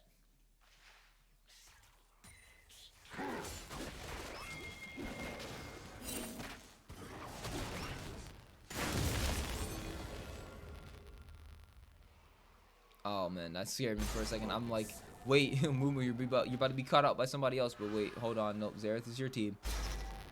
Don't you ever do that? All we really need is vision on this top side here for blue side. They can start. Oh, that was a really bad caught out, Zaya. Unfortunately, you're caught. Oh wait, no, that's not Zaya. That's sorry, that was Snirbopsy. Snirbopsy ended up getting caught out there, and it's gonna end up leading to the end of your life 2 domination for the Xerath as well.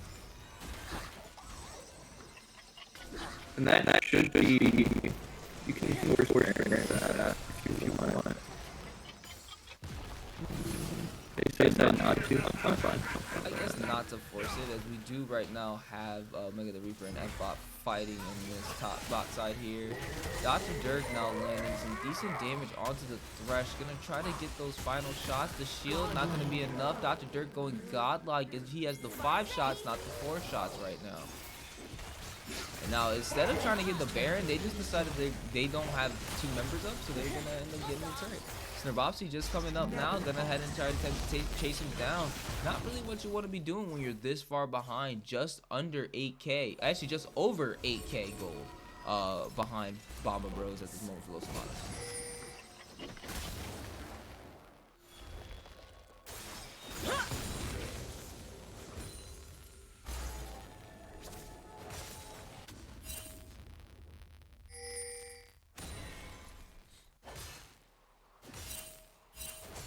Man, right now we're looking down the barrel of a game 3.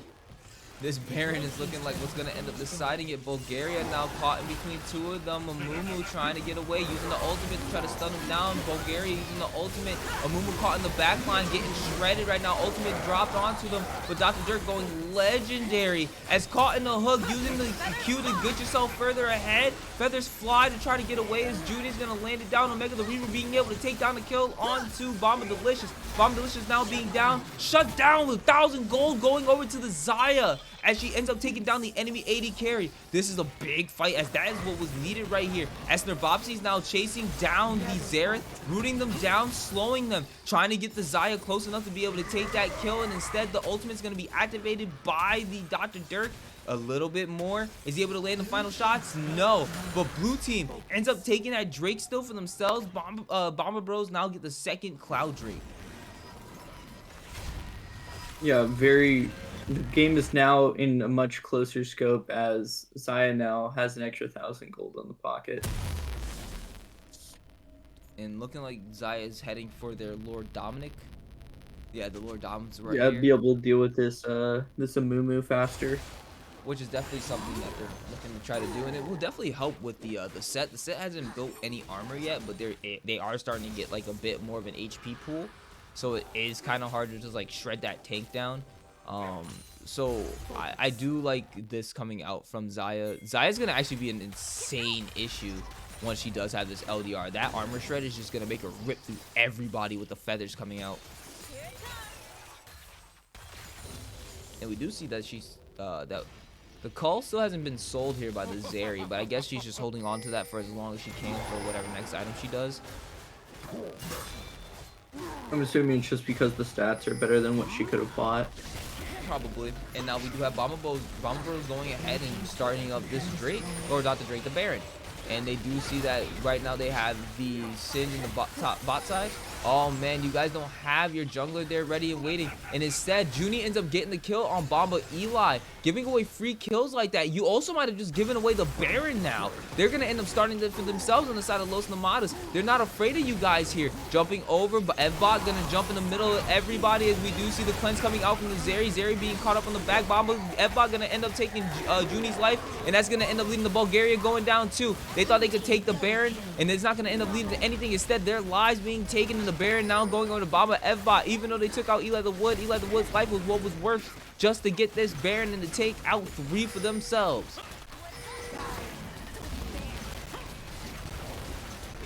Snrbopsy's sitting trying to stall them. It's getting pretty dicey here. Yeah, they're taking a lot of damage from this Karma. I wish the Karma had something like, oh, almost taking the Baron. They end up slaying the Baron, but Snrbopsy ends up taking the life of the Amumu. And it's so close. The smite was there exactly right when it was needed. And that ends up being the Baron secure for the side of Bomba Bros. But it still was a damn good attempt at trying to steal that Baron there from Snrbopsy. Looks like we might get a solo kill. Oh, another solo kill in this bot lane, man. I was sitting silently, just sitting there waiting to see if it actually did happen, and it did. And yeah, the Singe not looking like it's working this game. The Singe not paying out as much as it did last game. Yeah, it was a menace before, but now it's it's still being a menace. Don't get me wrong. It's kind of getting popped by Zero. Yeah. The Zeri definitely being the highlight pick as well as the Zeri this game. This actually, yeah, I'm not gonna lie. It's not even the fact that it's just like it's the Singe being played bad. It's just really just the team right now for Bomba Bros is just playing a lot better than they were this first game against it. And they're also now having to see Evbot get caught out as Snrbopsy is trying to help out Bulgaria, but Dr. Dirk is here to help with the supplemental damage as we do see the set end up killing him. Because he ends up taking that big true damage in the middle, and then Dr. Dirk ends up getting the kill for himself as well. Red team's turret. W was crazy. That was half of Hecarim's HP. I literally just saw him get deleted and he was gone. Oh, he thought he was gonna step up, and that's more big damage. But the shutdown for from Set dying there, going over to Junie. Definitely a good place you want that shutdown, but red team's gonna end up getting their inhibitor taken down as Bomba Bros is now pushing more into the base. They keep getting these small little wins, but 11k gold down is definitely gonna be very difficult to come back from, especially when they're barreling down into your base. Baroned up, double baroned up cannon minions pushing into it. I don't know, there's not much else you could really do. 2 inhibs down, they're backing. You guys have only taken 1 turret from them. Drake coming up, maybe you could attempt to fight here. But it might not be the smartest thing when they could just slap you with their wallets. The wallet slapping should hopefully commence. Although there is such thing as throwing. There will always be such thing as throwing. That will we always will forever see if such a thing happens. Alrighty, we see that Bulgaria is still gonna attempt to fight around this Drake. They really don't want to give these things up, and I do like seeing Los Nomadas like They don't care how far behind they are. They just don't feel like they can give up the game at all. Which, I mean, you don't want to give up a game like this. But at the same time, it's like, you don't give up the mental. So, like, they just keep fighting as You save the mental. You save the mental for next game. Yep, so they just keep fighting Oh, like as if they nice. have a chance. Ekram going in, but it's not going to be enough. As Fluffy's going back on a killing spree, being able to take them out, and Dr. Dirk being able to take out the jungler. And then Eli gonna be able to take out the stage on the backside as the feathers come out for Junie. Junie being able to take out Fluffy, now gonna be able to keep kiting back as he takes out 2 more with the quadra kill here. We have it very close, sir. Are we gonna be able to see this penta? We're gonna see it for the fight with the Drake. You can't step up here. Gonna be able to dodge out. Is the Drake gonna go over to them? Yes, it is. Is this gonna be another game? Is it gonna be another quadra moment with no penta to fight for? Oh, wait, we might have seen the timer already go away for it. He's gonna lock him, and it's gonna be it. Is that actually it? Oh, 5 pieces of Exodia obliterate. I finally get to use it as the pentakill is secured by Junie. Sorry, I've been saving that one for like ever. I haven't had a pentakill happen in any game I casted, but they were like, you know what, all that fighting and your base is absolutely being destroyed. And now all they have left is a bot lane turret and Nexus. Yeah, I mean, that was a worthwhile fight for both teams. Los Nomadas getting the gold lead slightly back into scope, while Bomba Bros getting the entire base open. I mean, from 11K to 11K down to 8K down, I definitely would say that's not bad to come back, get 3K gold into your pockets, especially a lot of that going up, again, all into the 80 carry, literally all into the 80 carry. I think there, if you TP as Xerath into their base, you might end the game. Instead of going for the kill on Karma. Which I think they might see. But for right now, they're probably just trying to play it safe until they have the ability to get far enough into the base where they can allow a TP play to potentially happen.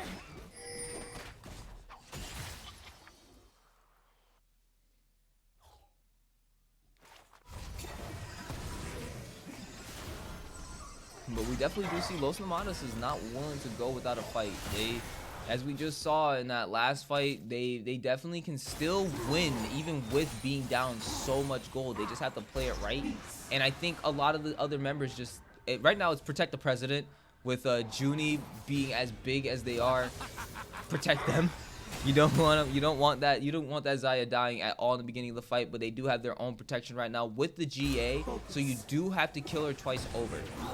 So that will definitely be a little bit difficult to deal with. As right now Bulgaria going in immediately onto the carry right now in the middle of everybody. Dr. Dirk, Amumu using the ultimate, the shield coming out from the lantern to try to go ahead and save him. But instead, it's going to be Bulgaria losing his life to the enemy AD carry as we see Dr. Dirk using the ultimate. This is probably going to be the end of the game, folks, as we see the flank from the set being able to go ahead and help them secure a kill in the background. As Junie going godlike, the Guardian Angel being able to use the feathers to be able to call them back. Once again, Junie showing off on his Xayah as they're going in with the crazy kills, but Fluffy showing off themselves too, but ends up getting their life taken as a triple kill goes over to the Xayah on the side of Los Nomadas. Los Nomadas says that you guys may be trying to bury us alive, but we're not going in until the dirt is on the casket. Xayah saving this game.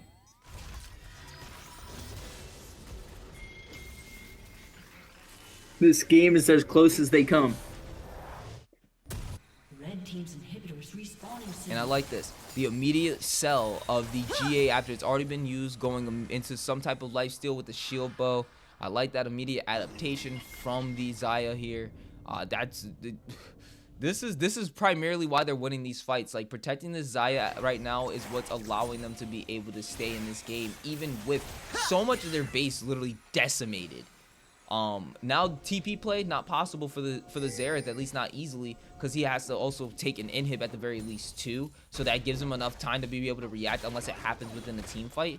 But both teams are definitely going to be looking to fight around this Baron right now. Los Nomadas sitting on Soul Point, and there is no dragon currently up, or no dragon coming up to be able to fight for. So it's going to be Xerath trying to get this poke damage down, trying to stop them from being able to get into this Baron pit, and as well as right now Bulgaria's main job is just to get into that pit and prevent them from getting this Baron and stopping them from being able to end this game. Both teams right now. Is coming up. Here's Reaper getting slown by the Zillion. Not gonna get caught by a lot of damage, but you don't want to get caught out by Dr. Dirk right now. He hurts on this Xerath. Oh, the zooms! Gonna go ahead, fling him over as the ultimate comes out. Big fight started up as the ultimate comes out from the Amumu, trying to get land on the background. Feather slide for the Xayah, as Xayah's gonna be going legendary. Trying to land as much onto the F-bot as possible. F-bot landing as much damage, but the Junie still gonna be big as they land a double kill on for themselves. Going back into the fight, gonna be able to take down the Zillion. A Zillion takes down Thresh for themselves, but Zillion having their own little built-in GA, gonna be able to go down to Omega the Reaper getting the kill for themselves there in that fight. 2 members left on each end, and that means no Baron for themselves. But this is definitely a better position for Los Nomadas, as they're going to be able to secure this soul point. Actually, maybe we are slowly coming back to this game. Never mind. We need to get this extra damage out. Hold on. Yes, it's going to be secured for them as it ends up being an objective bounty claim. And that's going to be them now just under 7k gold down. But also being able to slightly eke out just a little bit more life. They can't kill this Xayah. Xayah now selling, trying to get back the GA. But it's not going to mean anything because you still have that cooldown when you sold it. So you now still switch right back to the shield buff. I think they're going to have another Baron fight soon. Yeah, it is definitely going to happen. I want to see, since we have a feeling that we can't really win these fights as Bomba Bros, we really have to go for like the sneaky end. So it's really going to be like, get someone pushing, at least try to take an inhib if you can, and hope that you might be able to make like a sneaky TP play, a sneaky ward play, something. But at this current moment, this is looking a little rough on the macro side, because you guys were winning like handily. But now Los Nomadas has gotten their items. They've gotten to the point where it's really hard. And again, the Singe, even though he's not full build, he's going to become an issue. We saw what happens when he was Shirelius boosted, ghosted, ran right into your faces. And then the Xayah was just able to free fire from the back. It was just something that they probably weren't expecting that the Xayah would be able to do. Ultimate coming out from Dr. Dirk to try to land some damage immediately onto anybody, but it doesn't end up landing anything. So that is right now the ultimate being used, but we do see that sneaky play that you were talking about before, as they want that inhib. Now he's going to go ahead and try to get him away, but instead he goes for the inhib. 4 people being drawn, 5 actually being drawn over to this set. Set's going to end up probably losing his life, not without doing some major damage first. Drawing them all the way as the Baron goes over to the side of Bomba Bros. Very nice play to decide that, yeah, we can't really team fight, so we're going to go for the sneaky play and hopefully bail it out. And now that split decision ends up being what ends up getting them to this point now. It's it's very close to a game-winning play, but they still have to unfortunately go after like some form of team fight at this moment, because you still have to... The GA is now up for Xayah. Yeah. Oh man, this is gonna be hard. But now we have GA Zeri, so we might be able to do it. I think this is where they make that fight. I think this is potentially gonna be that final push. But if somehow Los Nomadas comes out with a clean team fight, this could actually be the end of the game for them too. Yeah, it's just one push down mid and it's over.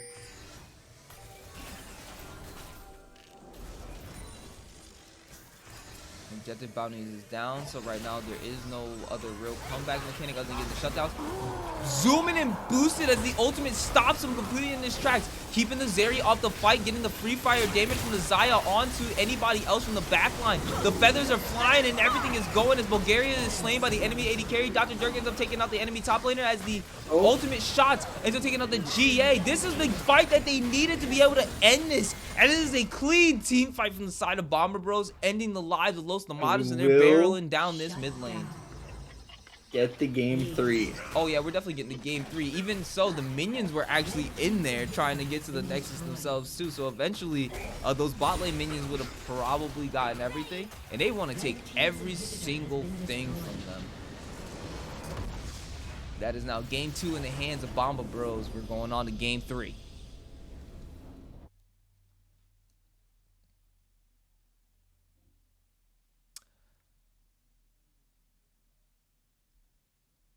from a 4-1 kill in the beginning to an absolute, like, they only took one turret the whole game. Into a quadra kill from the Zeri. Pentakill on Into a 10k gold lead. Into a reverse pentakill. Into Dragon Soul being taken. It was a very jam-packed game. I don't know what much else you could possibly ask for. Like, that was definitely an action-packed game. So for everybody who voted for Bomba Bros, for having the Bomba Bros faith, congratulations. You definitely got some big old channel points for yourselves. And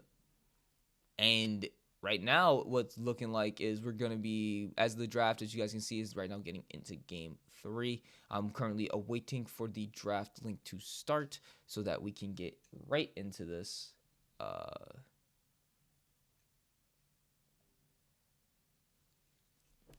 I don't know, man. Both these teams are they're trying it, man. They are trying it. They're gunning. They're gunning for this game. I wasn't expecting game. They might be trying a little bit too hard. I think we got to give them some more credit though, because like they really almost clawed back from 6 feet under in that game.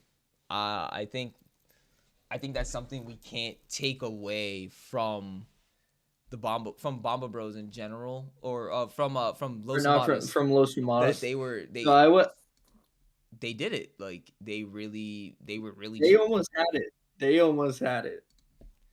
And now we're literally sitting on a silver scrapes at this current moment, as we're going to transition back to the matchup screen just to give you guys a quick taste of what's going on. If you're just joining in with us, you are joining in after an exciting game 2 of week 7 for season 3 of Valhalla Esports, where Los Nomadas is right now facing against Bomba Bros. This is a fight for divisional placement. This is a fight for the potential of depending on the scenario, either second place or actual fight for first place in the division. So this is actually looking like some pretty exciting game. This is definitely an exciting game 3, as we do see, from what I'm seeing right now, it's looking like a switch. Bomba Bros have actually been selected. They're going on the red side for game 3. So we're going to be seeing game 2 or game 3 be played for blue side with Los Nomadas, which is the first time for this series. I'm wondering how that's actually going to end up changing things up, because just for some people, blue side is better to play on. So it might be like, oh, blue side versus red side. I think they just want to be able to win that up.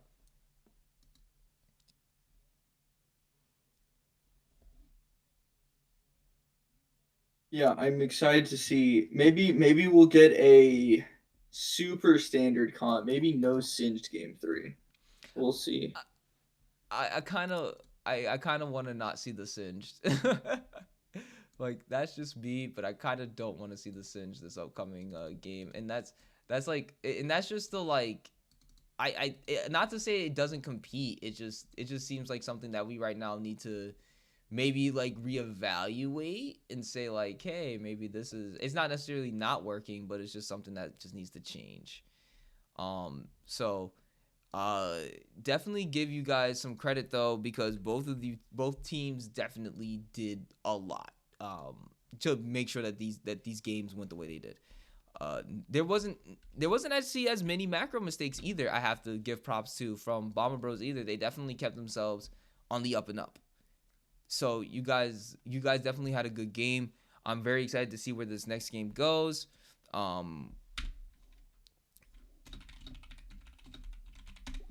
Yeah, I mean, very relatively.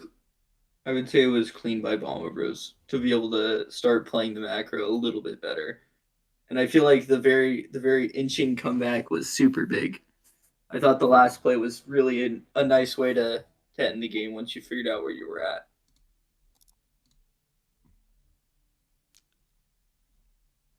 Alrighty. And I'm gonna get ready with the draft screen here. I think we're ready to transition as we eagerly await them for the draft to start. What are you looking for from the side of Los Nomadas this time around? Like again, you said not the singed, but we definitely got we. I'd say add the control mage back to bot lane. You know, give me a Syndra or a Lux game. Okay, okay. And I'd say have a more standard top lane mid lane. Something that can have a little bit more effect on the map. What do you think you can Yeah. end up seeing from Omega then? Like, because we're right now getting into the bands real quick. But what would you want to see from Omega then on that top side that can definitely affect the game a little bit more? Would you want to see like over? Last game you could have blinded the Riven if you wanted to, because they didn't ban it. Yeah, they didn't ban it until the second phase. So yeah, they could have definitely went straight for the Riven there for him. So if we do end up not seeing that ban, let's hope that gets picked.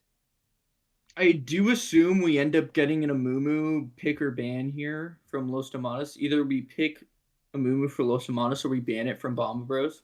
Oh, and you That's got your pretty much wish. it. Yeah, we do ban it. So just to go ahead So and we give a first pick the Lux. There's the control mage bot lane. just to We go got you. just to go ahead and give a quick recap, we see from the blue side bans from Los Nomadas, they ban Gragas, Nico, and Zillion. And from the Bomber Bros on the red side, they end up banning Amumu, Varus, and Tryndamere. First pick for Los Nomadas ends up being the Lux. Bomber Bros said, if it ain't broke, don't fix it. We're going straight for the Zeri once again. And to complement the Zeri, they end up going with the J4 as their jungler. I do like the J4 pick. It's a very standard pick that ends up leading to a lot of good plays for mid lane and top lane. Oh And boy. bot lane, depending on the type of engage you get there.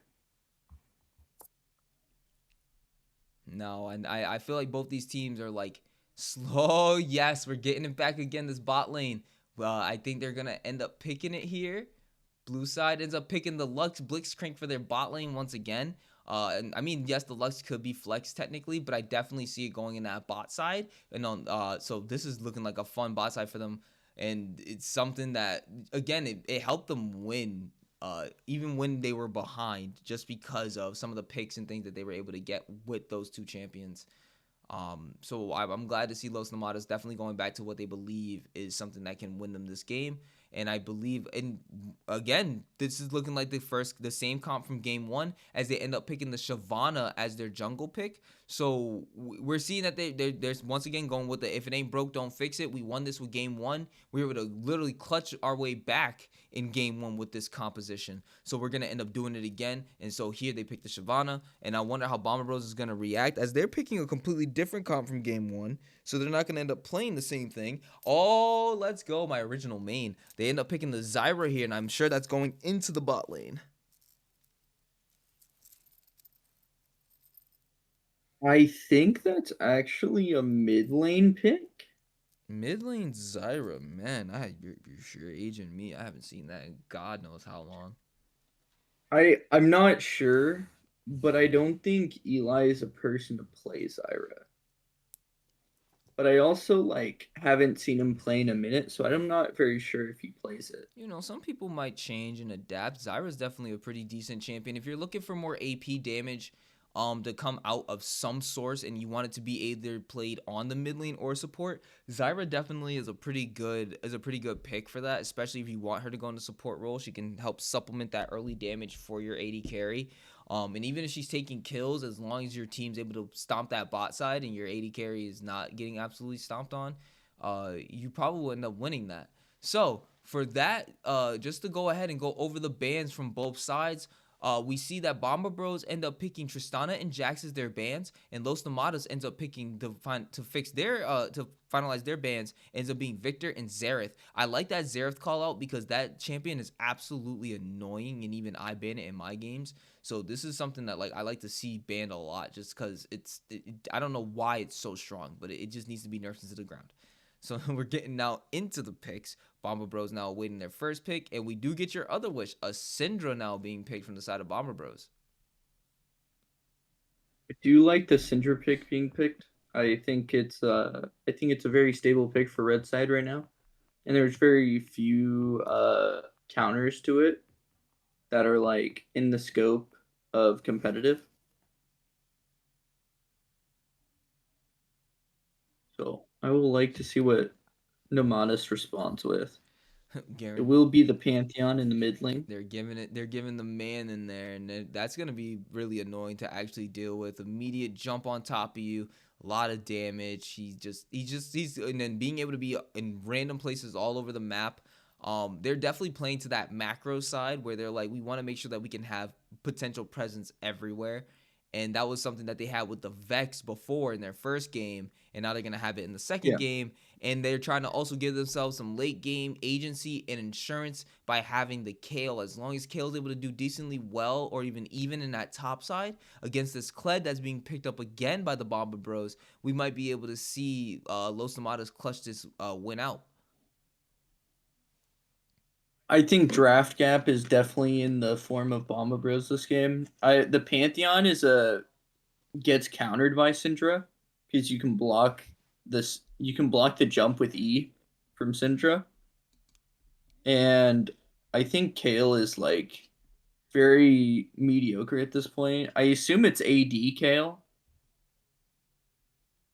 not AP. Because I think if you go AP this game, it's like just a lot of MR stacking from Kled and Jarvan, and you end up getting to like this point in the game where Pantheon's the only one that deals damage. Exactly.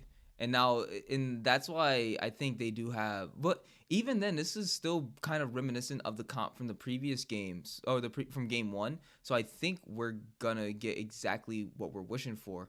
And with that said, we're now done with the draft. We're transitioning right into the secondary draft for the before spectator delay. And so this is gonna be a quick little recap of the picks and bans as we see them here. So now, with that said, how are you hoping to like? What are you hoping now? Like, I kind of want to see if they're gonna be playing with this Lux Blitzcrank. I really want to see a lot more. I'm gonna definitely say like keep playing towards that bot lane action.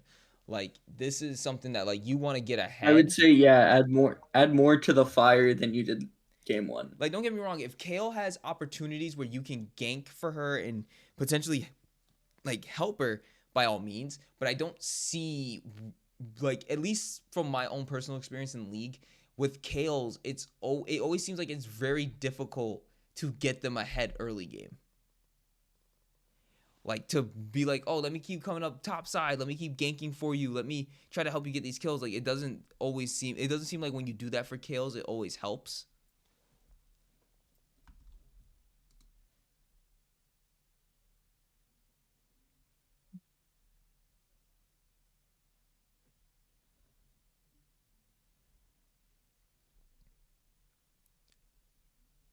All right, so we do see here Kale, Shyvana, Pantheon for Los Nomadas. We do see Kled, Jarvan, Syndra for the side of Bomba Bros.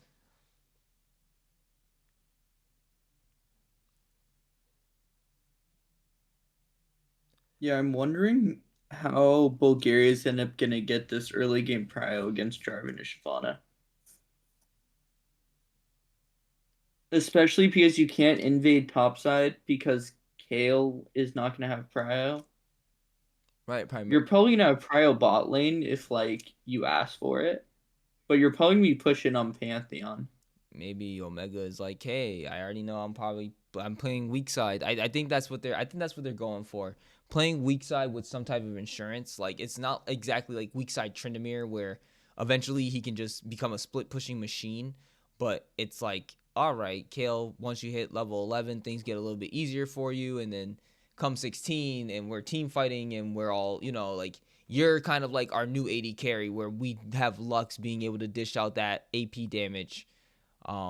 So I don't Yeah, I'm really hoping for AD Kale.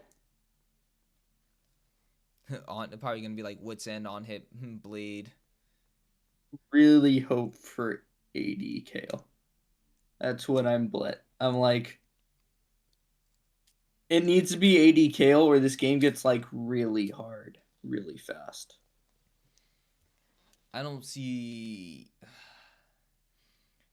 I hate to say it, I think I'm seeing a particularly long game here because I don't see Reaper playing this Kale the same way as they did. So the Kled's not going to be able to accelerate themselves as much. It's going to be a very more a very non-interactive top lane. Yeah, as long as we don't decide to dive her with Kled Jarvan. Right. And then especially when she has 6 and it's just like, "Oh, okay. Cool, we dived her and all of a sudden now 1v2 and now oh wait, Kale just managed to somehow mystically get a 1v2 under tower." Mm-hmm. It is going to be one of the calm games. And Zeri, Syndra, and Kale are the biggest benefactors Yeah. of games like this. I'm worried about this Zyra though. Again against a Lux Blitzcrank. I can actually see where Bomba Bros could potentially lose from bot lane only because not because of the fact that it's like, oh, they might be playing bad, but like a Zyra getting caught out consistently by a Blitzcrank is like the bane of a support's existence. And it's just something that's, especially as squishy as she starts off, she's one of the squishier supports in the beginning of the game.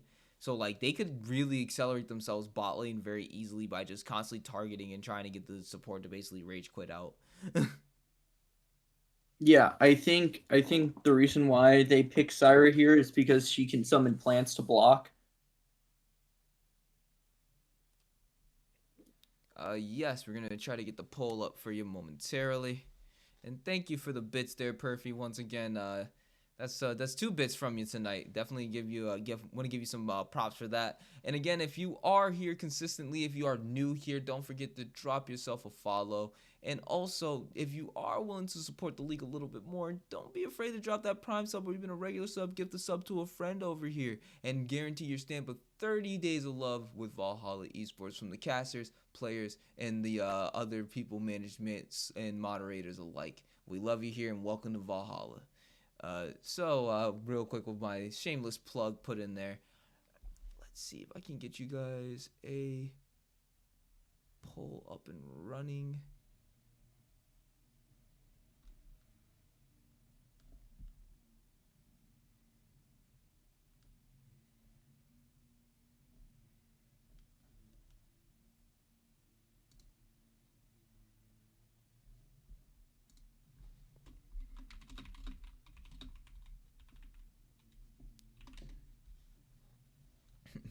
Thank you guys for being patient with us here.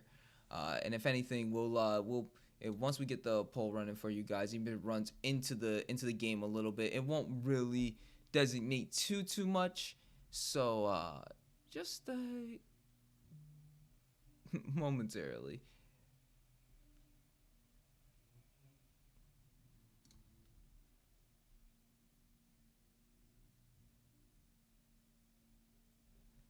Three, two, one.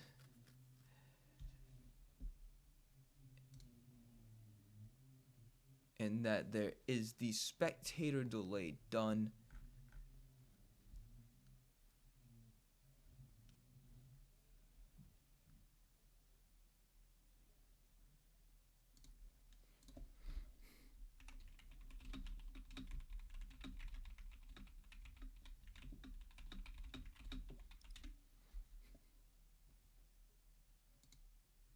Oh wow, the skin games on these guys though. This time around, both looking real good. Alrighty, we're right here into game.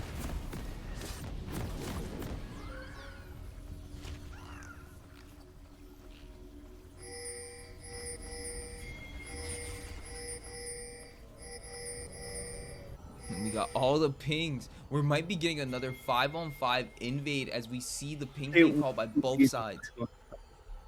It will be another 5-on-5, and it looks in favor of Los Nomadas again. Yeah, I But we'll mean, see. the Blitzcrank can literally just go to the 30 tip of the seconds until bush there, minions and if spawn. anybody's right there, they could probably just pull someone. But they don't. I don't think they know that that's warded, do they? Someone gonna step up? I think Blitz is in the perfect range for a hook, if anything. Nope, you're just hiding. Oh, wow. not to go for it. Very patient play for the game 3. Yeah, you don't want to end up risking this at all. Game 2, we probably walk into that bush and get Minions have blitzcrank spawned. queued. I honestly, maybe if they did get the Blitzcrank last game, that could have definitely been potentially the difference. They wanted to play the Hook champions again, but it didn't end up. It unfortunately didn't end up working for them with the Thresh. But maybe this time they said going back to the Blitzcrank is what exactly is going to be needed. And now they know that was voided. The 5 gold went over to the Blitzcrank. Congratulations for the starting off with the 5 gold and give yourself a little bit of lead already.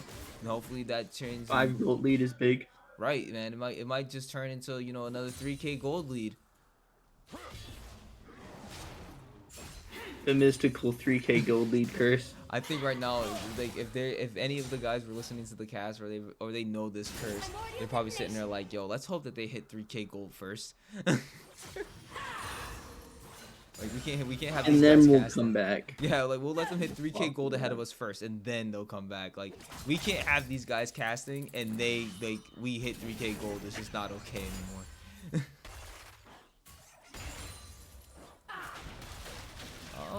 I do. Oh wait, did he? Yeah, they actually ended up getting the grab there, but since they weren't level 2, they couldn't really capitalize more on the damage onto Fluffy.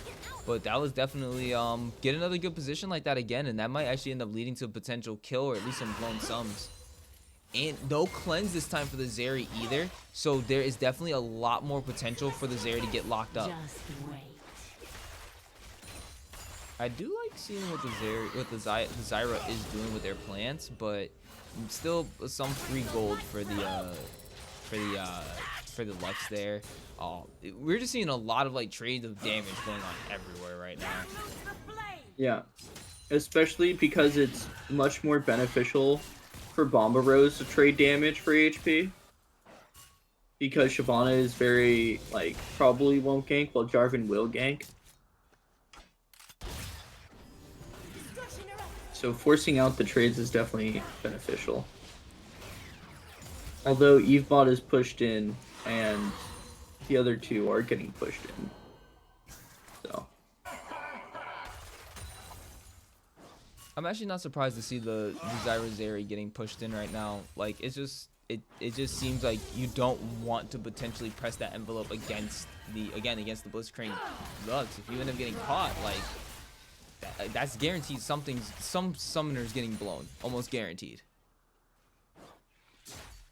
Yeah. Oh, and we do look like maybe getting to play top lane.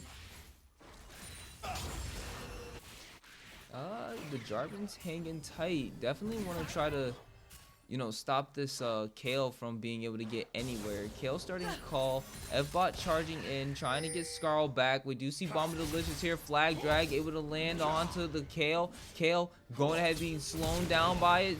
Ignited, flash onto him, walking away. Gonna be able to lose their life. First blood with the last tick of the Ignite going over to the Kled.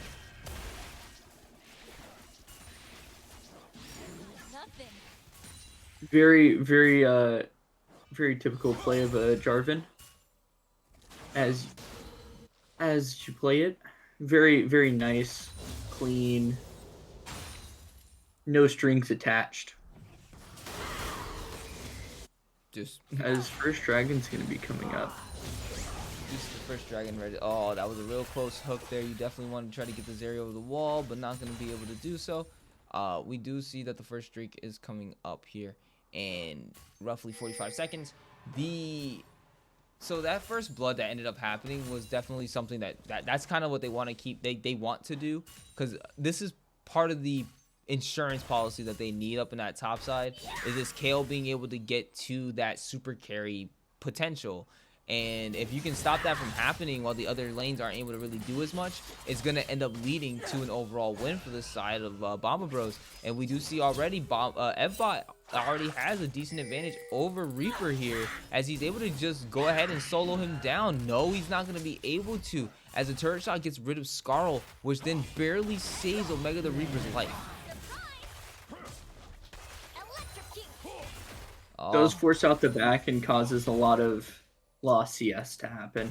Oh yeah, and that's definitely what Edbot's gonna keep trying to force here, is just a lot more loss for this Kale, XP, CS, putting them even further behind, where they're gonna potentially be able to actually unlock into this game.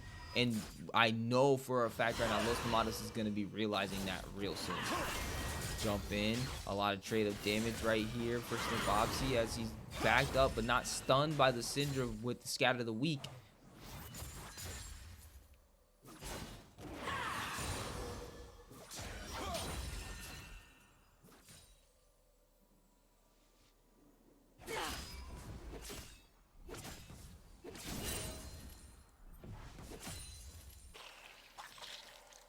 As we're approaching our first backs, we are going to get a dragon start from the Shyvana I do like and a seeing response from the Jarvan. that. Yep, it's a Cloud Drake. Because the here, Jarvan so also wants to start the dragon.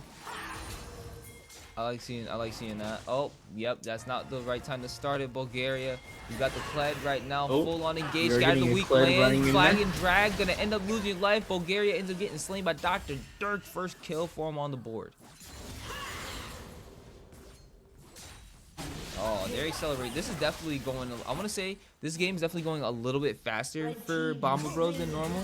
Oh, hold on. They just slayed the dragon, but he might be able to get that solo kill. Can he land it? He flashes in, gets the last hit of the Q, and that's going to be a solo dolo going over to Snibopsy.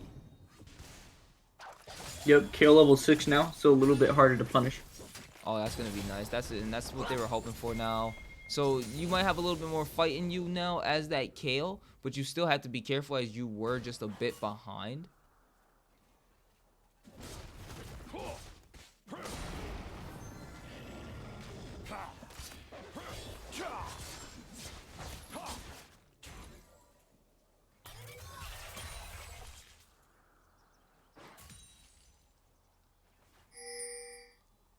The game thus far, only a 400 gold lead at this moment, to be able to try to give them some kind of just to give you guys some kind of semblance of how the game is going. It's very slow at the 8-minute mark, not really much else, but Los Nomadas in this current moment wants to play this slow, especially with the Kale up in the top side. Just hitting level 6 a few moments ago. Oh, real quick, slow lock up. Not gonna be enough as Zeri's able to get away. I don't think the Ignite's gonna be able to take it. No, the Ignite barely lets her live as she gets away with probably single-digit HP. Oh, we see another Scatter the Weak land right onto Bulgaria. Bulgaria wanting to try to fight for this Rift Tail. That's Snibopsy's up here, landing the stun immediately onto Jarvan. Bomba Delicious going down, half health, ult right in. Omega the Reaper getting a kill for themselves, now being able to accelerate themselves. The Skarl gonna be lost there by Edbot as he's gonna be able to get smacked up in the middle of themselves. Double kill! Gonna be going over to the Kale as he's able to get the kill onto the Kled, as now they're now chasing down Dr. Dirk. Dr. Dirk giving a triple kill now over to the Kale. Kale now officially accelerated in this game after that.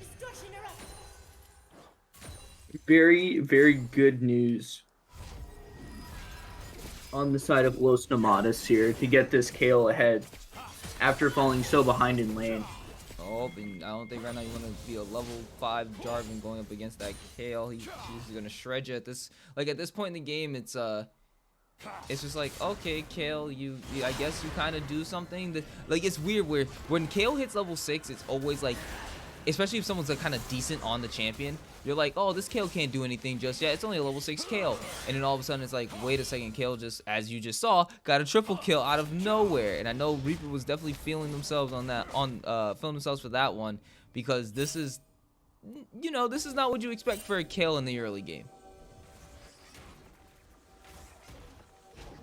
Yeah, and it would be really good if we move the Herald to top lane here, just to accelerate the Kale even more. Hold on, 1v2 as the support here is helping to support the mid laners, as we do see Snibopsy getting caught out, but Kled being here, Bulgaria helping out in the back line as they're able to get the kill onto the enemy support, but now Skarl ended up taking the life of Snibopsy. That's going to be a snare landed, ult landed there too, but not going to be enough to be able to get Edbot down as Edbot tries to get away. They ends up missing the hook, but they end up giving up your life too for that, as you end up losing both your lives in the mid lane, as the jungler for the side of Los Nomadas ends up taking that. But Zeri ends up showing up once again from behind the wall and ends up getting knocked up by the Blitzcrank to end up taking his life. But instead, you might end up losing your own if Junie's able to get a little bit more. No, they're not, and instead is gonna walk away and not give the Zeri any more kills. But Pantheon jumps in here, not able to get the Zeri, so instead I'm gonna take the constellation prize of the enemy support instead, and ends up taking that kill. Well, you wanted more action, and here is the action. I called it a slow-paced game, and now we're paced at a kill a minute. This is definitely not what was to be expected here. They were supposed to play a slow game. They were supposed to play a slow game immediately, and now instead of playing a slow game, we're getting a game where everyone's A-ramming at 12 minutes and deciding that that's the best strategy to try to keep getting these kills. And they kept trading them back and forth too. The Zeri tried to get the massive triple kill there, potentially coming from behind the flank like they did in game 2, but it didn't end up working the same way for them, and instead it ends up actually turning around, and Zeri ends up nearly losing their life to the Lux.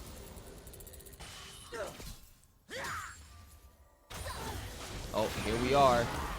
Oh, the ultimate being used immediately by the Zyra onto the Lux, trying to get some of this damage down onto her, but now you're on the wrong side. Getting the snare, it's actually going to end up being Junie losing her life to Eli the Wood, as that was some good play from the Zyra. And then a shutdown going to the Kled as the solo dolo goes up to the Kled versus the Kale up top. But Bulgaria is here to support as they get the stun onto Fluffy. Fluffy ends up losing her life to Snarbopsy. Eli the Wood now turning around, knocked up, pull back in. Somebody's going to end up taking that kill. Double kill going over to Snarbopsy.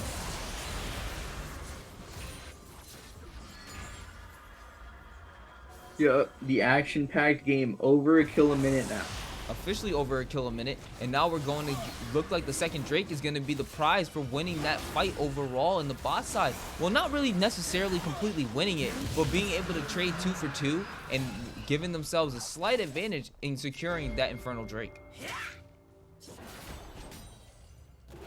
And as you guys can see here, we officially have a Chemtech Soul. I like Chemtech because of the fact of what it does to the map and how it just kind of like stirs up the way people play it.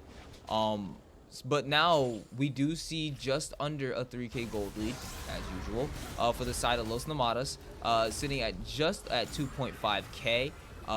We do see items now being picked up. Eclipse picked up for Kled, Leandri's Anguish picked up for Syndra. We're starting to see like some of the items come online, and we haven't really seen like a full 5-on-5 team fight just as of yet. So I'm curious to see how that's gonna end up going. Hold on, full on speed, had to wait for it, knocked up, caught up in the middle, ult, and dead. Junie gonna end up taking Fluffy's life. You don't want to be caught up there without your support, man. That's what you don't want to do as an AD carry. And now they're making you feel like one when you want to try to think like one. And that's what happens. And that's now a kill going over to Los Nomadas once again, trying to balloon this lead even further.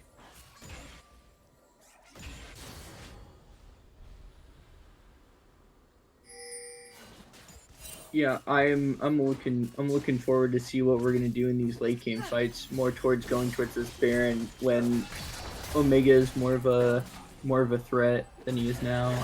We do get a fight here. Yeah, we do have a fight here. I was expecting it to be a solo kill going right over to Omega, but instead Bulgaria was here to help, and Scar was able to be secured. The ult coming down lands, and Omega the Reaper is going to be able to take that kill. Ultimate coming down. Also, we have the bot side fight. Los Nomadas being here 2 versus 3 as a kill is going to be secure for the Jarvan as Ray goes down. We do see the ultimate come out from Snarbopsy. Snarbopsy trying to tag onto somebody, trying to latch on to maybe the Zyra, but he can't chase him down. That's a kill traded on both sides of the map.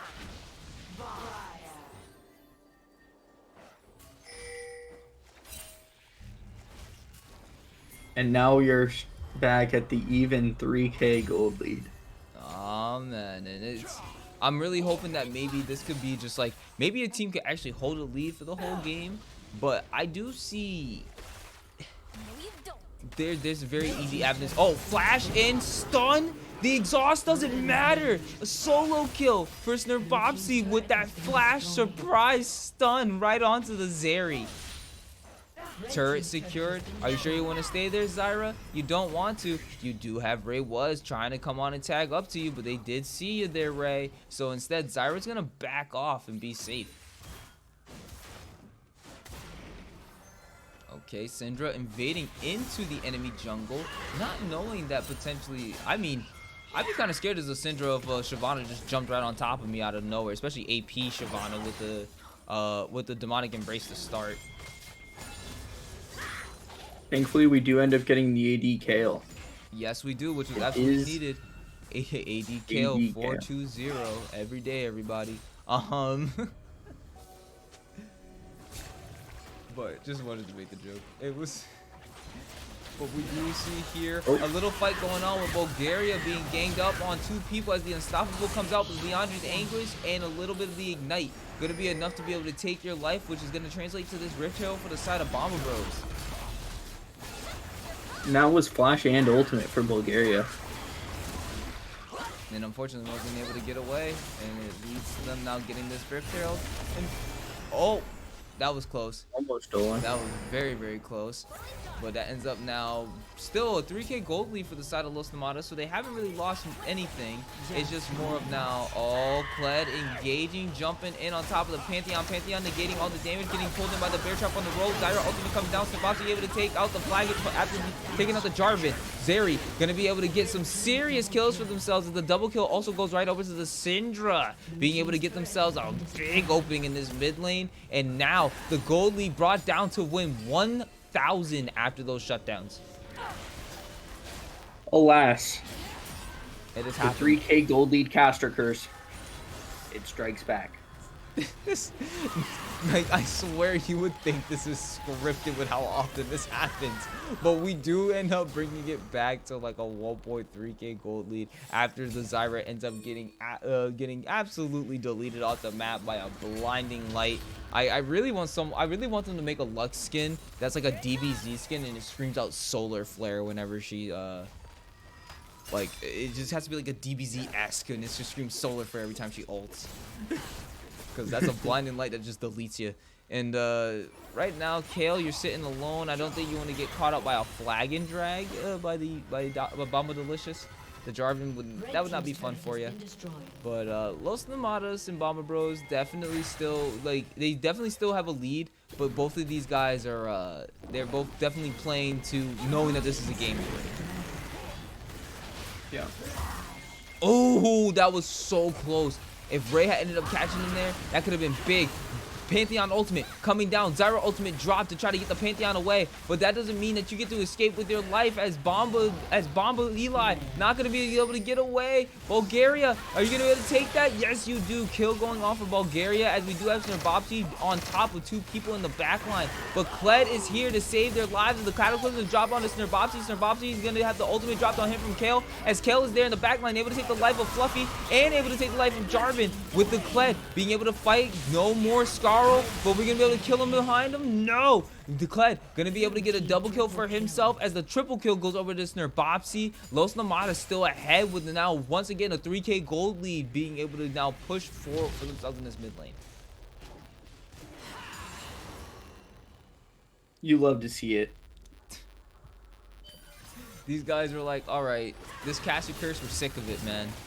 We're absolutely. Oh man, that was some insane damage from Dr. Dirk. I was not expecting that. What was that? I don't even think Dr. Dirk expected it, because I think he could have ulted.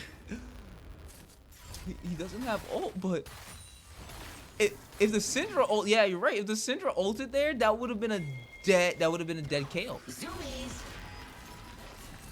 Yeah, from full HP. That was literally like 40% HP just deleted in one go. Oh man, this Syndra's looking doesn't even have Rabadons yet either. This Syndra's looking dangerous. Oh, we should be on the lookout for Syndra right now. Yep, as people are approaching their 2-item power spikes, Kled getting the Ravenous, Shyvana getting the Demonic, Pantheon getting Black Cleaver. Big picks here, as well as Kale approaching the Ginsu's Rage Blade. Oh, yep. Oh man, Kled, you got 2 people on you. You can't get away once that happens. They get in the way. Your ultimate's negated. Ray was knocking you up. Scarl now depleted, having to get away from you as more damage is dropped from the Pantheon. As the Pantheon drops that damage and kills the Kled, there's a 3-man right now on Bomba Bros at the top side, trying to get onto the Baron. As Bulgaria goes in the middle of them, Cataclysm dropped onto Bulgaria. Bulgaria still trying to drop some more damage. Kale ultimately dropped onto Bulgaria to chase his life. Kale ends up getting the kill there as Fluffy ends up getting slain by Snerbopsy in the background. This is what they wanted in that last game when the Baron fight. They tried to turn it around. This time it works out for them as they're able to stop the Baron and take 3 kills. 4 kills overall in the overall scheme of the fight. But this is why we have gone to the 5K gold lead. It's ballooned up to a 5K gold lead, and this is why we don't sneak 20-minute Barons, people. We think we can do it, and then all of a sudden the team switches up on us.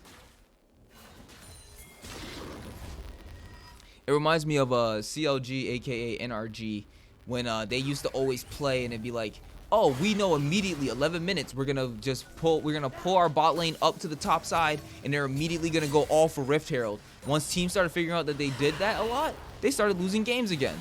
And it's just like, this time it was an immediate adaptation from Los Nomadas, knowing that what happened before was Rift Herald fight, Dragon fight, into now we're gonna have the top lane trying to distract down there while we try to sneak this Baron at 20 minutes, and it didn't work this time. Instead, they had 4 members dragged up there, and their members were a lot stronger than last time, so they were able to go absolutely insane. Exactly. And now that it was a complete stop of a Baron fight, Los Nomadas is able to keep their lead this time, and now they're sitting at 5K gold up instead of it being switched around to them now being dead, being behind. As we approach this Kale late game, it'll only get harder. Kale is now sitting at level 12. Everybody watch for the Kale time bomb. Everybody watch out for the Syndra damage is something also to everybody to watch out for. Oh man, we're looking for just one really good pick right now. And that's gonna be, I think this is gonna be another dragon given to the side of Los Nomadas if they don't want to come down for it. I guess maybe we force the Baron again. Yeah, they're TPing to it, so I guess they want the Baron, but like, Kale does have TP up, so she can technically TP to the fight up there if they have the wards for it. This is looking kind of, I'm kind of scared for both sides, actually.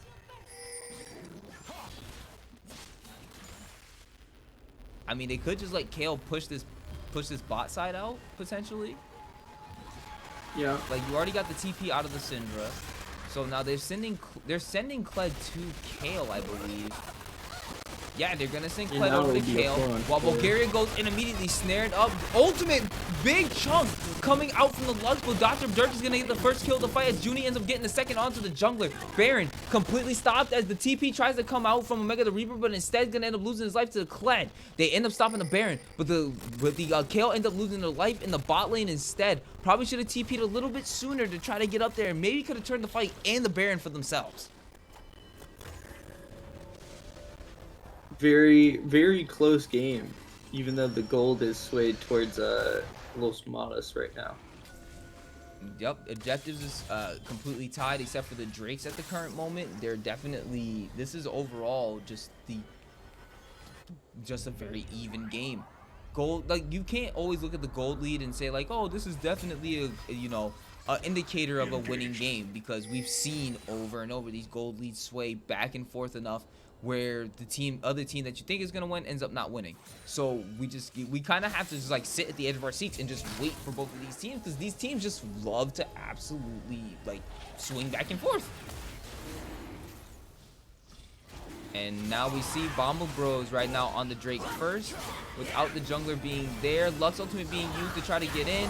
Snerbopsy gonna go ahead and negate the damage. Jumps right on top of you. Kale Ultimate dropping on top of you. Bomba, F-Bot goes on him, but Omega Reaper is able to take out the enemy jungler. But the Snerbopsy gonna end up losing his life to the enemy mid laner, as now they do have their jungler up. Bulgaria is gonna be able to take this Drake, but now Junie taking the kill on the background as they're able to kill the enemy, AD carry, any enemy support. The only person left now, Dr. Dirk, but Dr. Dirk now losing their life as is an ace for 2, and it's looking like they're gonna translate that to the Baron. No, they're not gonna translate that to Baron. There's only 3 of you guys alive, and you guys don't really have the damage for it. Instead, try to get some of these lanes pushed out as you get an ace and the Drake. Big play from Los Nomadas. This will be very hard to come back from. I do see in the chat, Janelle wanted to give a quick call out to you. He says he's worried about the Panthy scaling, but might not have the chance though. So there's that, and that's something I think everybody, whenever they have a Pantheon on their team, they kind of like. Eventually, he just becomes a select the person stun bot. But I don't think that's what right now Los Nomadas is really worried about that. Hailstrom over here. I thought my games were long. Well, man, we're right now in the middle of a game 3, and we're sitting at about 26 minutes. So far, extremely exciting as Los Nomadas is looking to try to take this win for themselves and take this game 3 and get themselves a second place spot in their division. The last game, oh man, that one, I really thought that they were going to turn around. Los Nomadas was going to end up taking it 2-0, but unfortunately, they weren't able to overcome the strength of Bomba Bros, and Bomba Bros were able to take it in the end. Both teams right now handshaking too. They're just like, okay, we're farming. None of us are going to try to invade each other's junglers. No one's trying to fight over vision.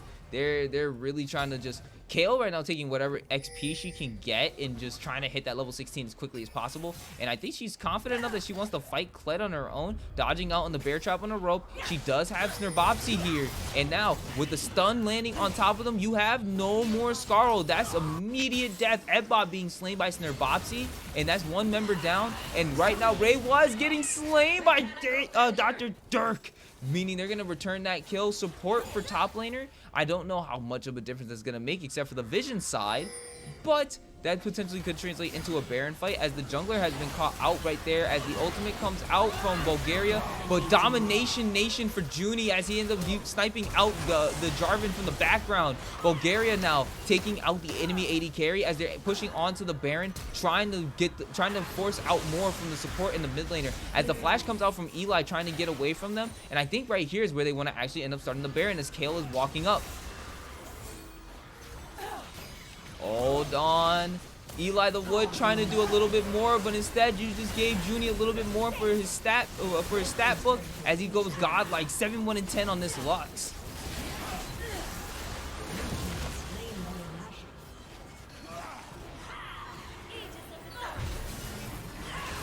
Oh man, more of this fight is going in as the Kled goes in 1v5 into their entire team as Junie literally lives ever so barely single-digit HP to allow themselves to go legendary, and this team balloons their lead immediately from only a 5k gold lead, now sitting at 9k ahead.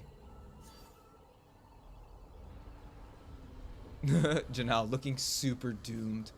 Yeah, I'm feeling that. I'm feeling like the game right now is looking a little. I mean, Los Nomadas was in this position last game and almost clutched it back.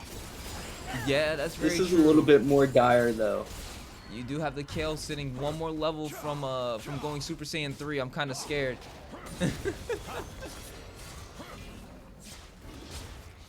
Like level 6 is Super Saiyan 1. Super Saiyan 2 was level 11. Now we're just waiting for that absolute power up that's gonna be very, very difficult to defend. And what I really do like is how the Kale is playing. It's not a greedy Kale unless it's absolutely necessary. Like it's just like, oh, I'm just gonna go ahead and ult someone else that might be done. Oh man, that's unfortunate. Junie going legendary. Just oh man, this is what I was talking about for a Zyra. This is not what you want to have happen to you constantly.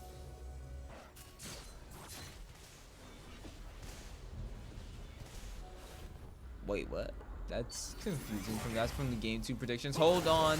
Bomba Delicious caught in the middle of the Kale. Cataclysm onto Junie. Trying to keep the Lux trapped in, but with the Reaper going in off. That's a big shutdown going over to the Kled, but you do have a double kill coming from the Kale. Kale not afraid of you anymore. Scarl not going to be able to save you. Shutdown also going over, or not shutdown, but then Ace going over to the Pantheon. That actually might be they have the Baron. They have a Kale at level 16 who can just shred these turrets and shred these minions.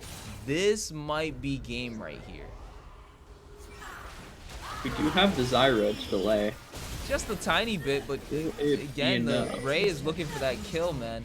But looking like you might be giving another kill over to the Zyra. Yeah, that's what Leandres would do to you. That's why you don't want to get up too close to the Seed Spitters. So that's not going to really be the game end. It's definitely going to be But we do get Soul out of it. And Bulgaria secures the soul for the side of Los Nomadas. Los Nomadas definitely taking a lot more control of this game, sitting at about 11k gold up. Zyra stall is OP. I was not expecting that. Like, didn't hold on to ultimate. Just said, let me just drop everything right now. It is very strong as Zyra are like buffs the plants. Ooh, like, this is looking like a deleted Bulgaria. Being able to get away barely. Zeri using the ghost, trying to chase him down. Gonna go ahead, use the smite to try to slow him down, get away. You don't have any other dashes. You have no other way. Getting Sloan, flash in. That's the 300 gold secured for Fluffy.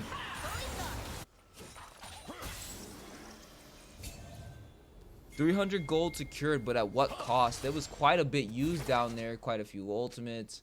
One ultimate, but quite a few like flashes and things. Goes flash from Zeri. Yeah, that could have been something that you might end up needing later on. So, like potentially right now. Ooh. Whoa! Oh, doesn't matter. Does not matter. Doesn't matter. You missed the hook. We get the laser. Oh man, literally deleted from 80%, like only at least 60 to 80%. But stopwatch. They got under the turret, but it's not going to be enough damage coming out with no ignite. Not going to be able to take them out. But they're at least going to be able to try to get some objective bounties from this turret. Oh, wait, not enough minions. Going to have to flag and drag away.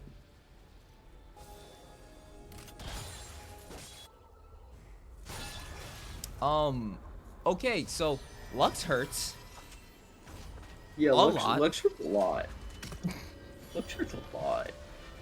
See, this is where I wish we had like the capabilities of getting instant replays for things, because that was so I really like some of these moments like where people are just getting absolutely deleted have been like they've happened I think every single game so far. Just we will see if Ray will be able to get another clip for us. Or will we get a Jarvan one-shot clip? I mean, this Jarvan one shot with the type of build he has, Gore Drinker, Death Dance, maybe not. But you might, you don't know. He might be able to jump on top of Junie, but Junie has decent protection. W, Zhonya's gonna be kind of hard. Uh-oh. Here we go. We do see the fight engage as we see the ultimates, but a double kill laser coming out from the Lux as he gets to land on the background. Omega the Reaper landing all the damage from the Kale as they get a little bit more double kill going over for the Kale as well. And there it is, just as Janelle says it. Janelle, just because you're in the audience, you know that you're also a caster with me. So you can also cast your curse from the chat. Call it the chat caster curse as they're barreling down the mid lane. And now I'm seeing the GG's called, which means Los Nomadas secures themselves the second place in the Helheim division, and they secure this victory for themselves in week 7. Congratulations, Los Nomadas. That's the victory.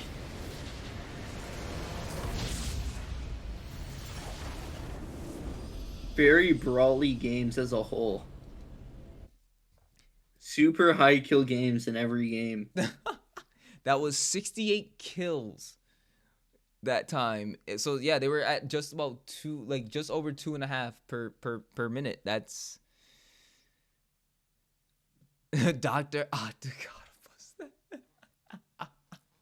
Literally firing every laser. There were solar flares and lasers going everywhere. And with that, that was actually probably, I don't want to say that was the most exciting game of the 3. I definitely think game 2 was the most exciting. We did have a pentakill in game 2 as well. But if I have to give an MVP to the overall series, personally for me, it's going to probably go to Junie. Just overall consistent performance all 3 games, and just the second game nearly was the single-handed piece that saved them. So I can definitely say that was a standout for me, but everybody in both teams definitely stood out. From both, honestly, like I'm a loss for words because you guys had me like casting like crazy tonight. High kill games, definitely some interesting macro choices, and both teams definitely played to their strengths. I'm glad to see that, Los Nomadas likes to pull out these extremely weird compositions, and well, not super super weird, but something that's just not on the avenue of like traditional 80 carry support. Like, the Shyvana coming out here. We had the Kale top from the Switch, the Singe top for 2 games straight. Like, definitely things were definitely interesting, and I want to just say that was hype. That was hype for the 2 hours to almost 3 hours of these games. That was absolutely hype. Yep. I'm trying to see how we can. I'm trying to get us up an MVP vote. If one of the more seasoned production people might be able to help me out really quickly, if you are available, that'd be awesome. But definitely, I kind of already gave my vote a little bit. I hope you guys would.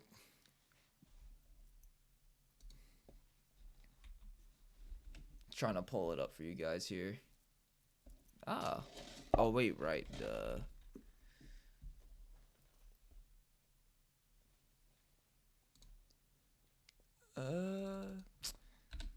All right, so I guess the command doesn't want to work for me. I've been having technical difficulties the whole night. I don't know how the first 2 polls got up the first time, but now it's not.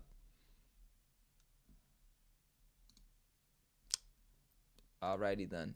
I'm not gonna stress it too much. It's unlucky. I'm sorry, guys. It's I don't know what's going on. Why all of a sudden now it's telling me I'm not logged in anymore. But like, oh sorry. Looks like Los Nomadas is offline. So from what it seems is that Los Nomadas is offline, and yeah, either one. I'm trying both. It's just telling me that I'm not logged in and stuff. So it's okay. It's all good. It's all good, guys. I'm sorry for the slight technical difficulties in these last 2 parts, but at least we all know MVP is Junie anyway.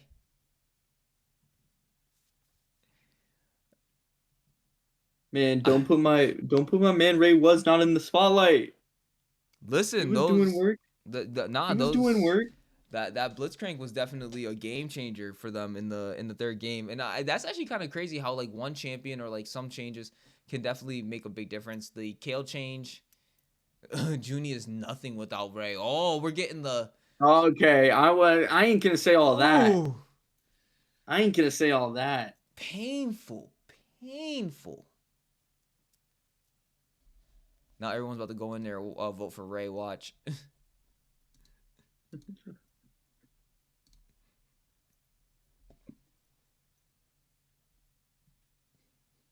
But definitely props to everybody. Some very, very hard fought games. I don't think that anybody is upset with the results. Well, obviously, maybe you're not happy with losing tonight, but you definitely can say that you can't say that you didn't fight hard during the whole time. It was definitely a well fought game, 2-1, to force a game 3 and to really try to fight it out as best as you could. Can't really say it was anything. It can't really say it was anything but a worthwhile like game for you guys. So with that said, again, the MVP vote up is ready. So who are we voting for the MVP? Omega the Reaper, Bulgaria, Snerbopsy, Junie, Ray was. As we do see already, a couple votes for both Junie, Ray was, and Bulgaria have already been put in. We would like to see more people go ahead and give us the votes.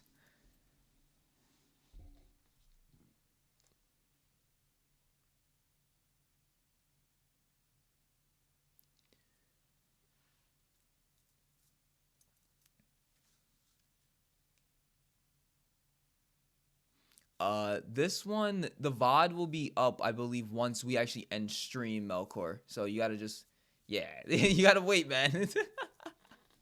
Patience, man. Patience.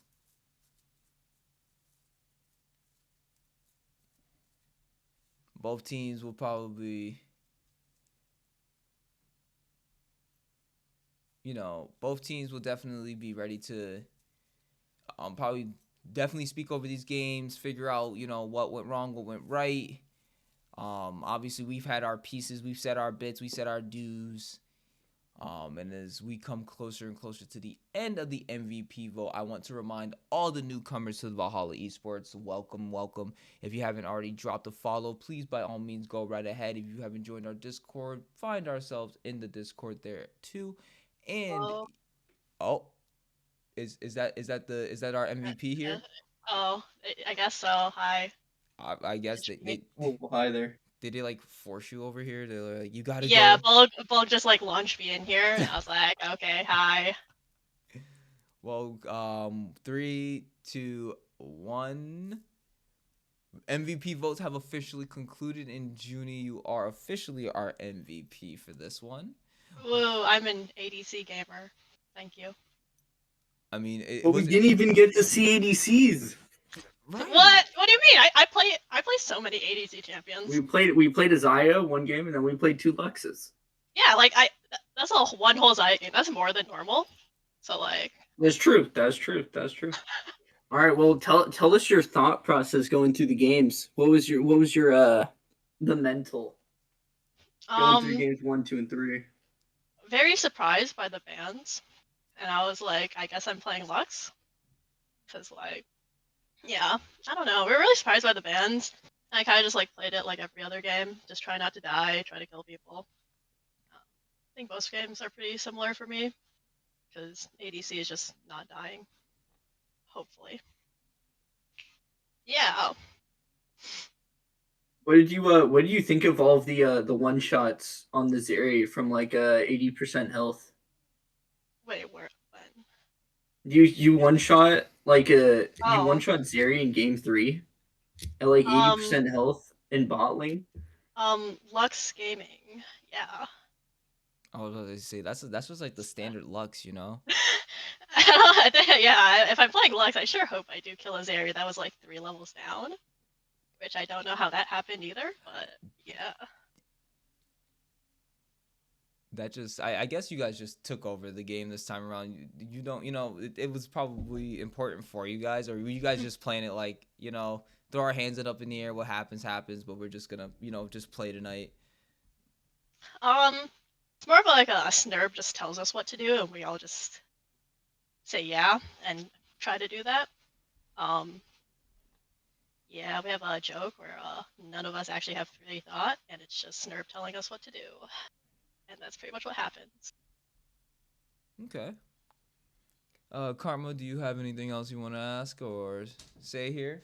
In the game 3, what was the state of the game? How do you think you were doing like leading up to the pentakill? Oh, I mean, it was a pretty standard Lux game, I think, other than we couldn't. Oh, it was Zaya game. Okay, yeah, I was like, um, I don't know. I haven't played Zaya in quite a while, so I was kind of just like, honestly, I was kind of just surprised that I did damage. I feel like other times I've played her, it doesn't. Yeah, I don't know. Stuff happened. I was playing a game. I'll say Yeah, Junior. I'm so good. I want to say, Junior, I appreciate you for allowing me to finally use a pun that I never have to use again. I've been waiting for. What was it? I got to use my Exodia card pun because you got the pentakill. Thank you, I appreciate you. Now I never have to use that ever again. Of course, no problem. If you want to give any shout outs really quick, Junie, anybody you want to actually maybe thank your support for this game potentially, Um, or give a chance to yeah, flame them? thanks to my support for all those really good hooks he hit.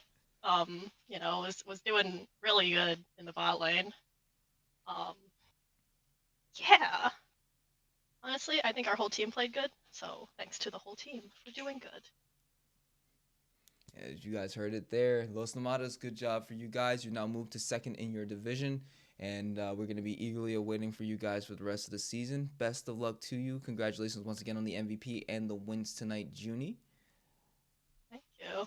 Very, very welcome. Karma, do you have any other final thoughts for the audience and everybody else out there tonight? No, just thanks for watching And thank Valhalla Esports. Of course. See, that's all you can ever ask for, and that's all we could ever ask for. Thank you guys for watching tonight. Greatly appreciated. Once again, this has been Karma and Malco on the cast with you guys, and thank you guys for all your patience as well with the first night of actual technical production being ran by me. It was a little bit difficult at first, but I'm glad we were able to figure it out and make a pretty smooth stream overall. You guys are awesome for tuning in every week, and we're hoping to be able to also make sure that you guys tune into both the Seer and also potentially some VODs later on this week for the other games that did not get to get casted. If you are someone new who's looking to play and or cast, by all means join our Discord and be on the lookout for the announcements coming up in the coming weeks. This has been your casters. This has been Valhalla Esports, and I hope you guys have a good rest of your night. Peace.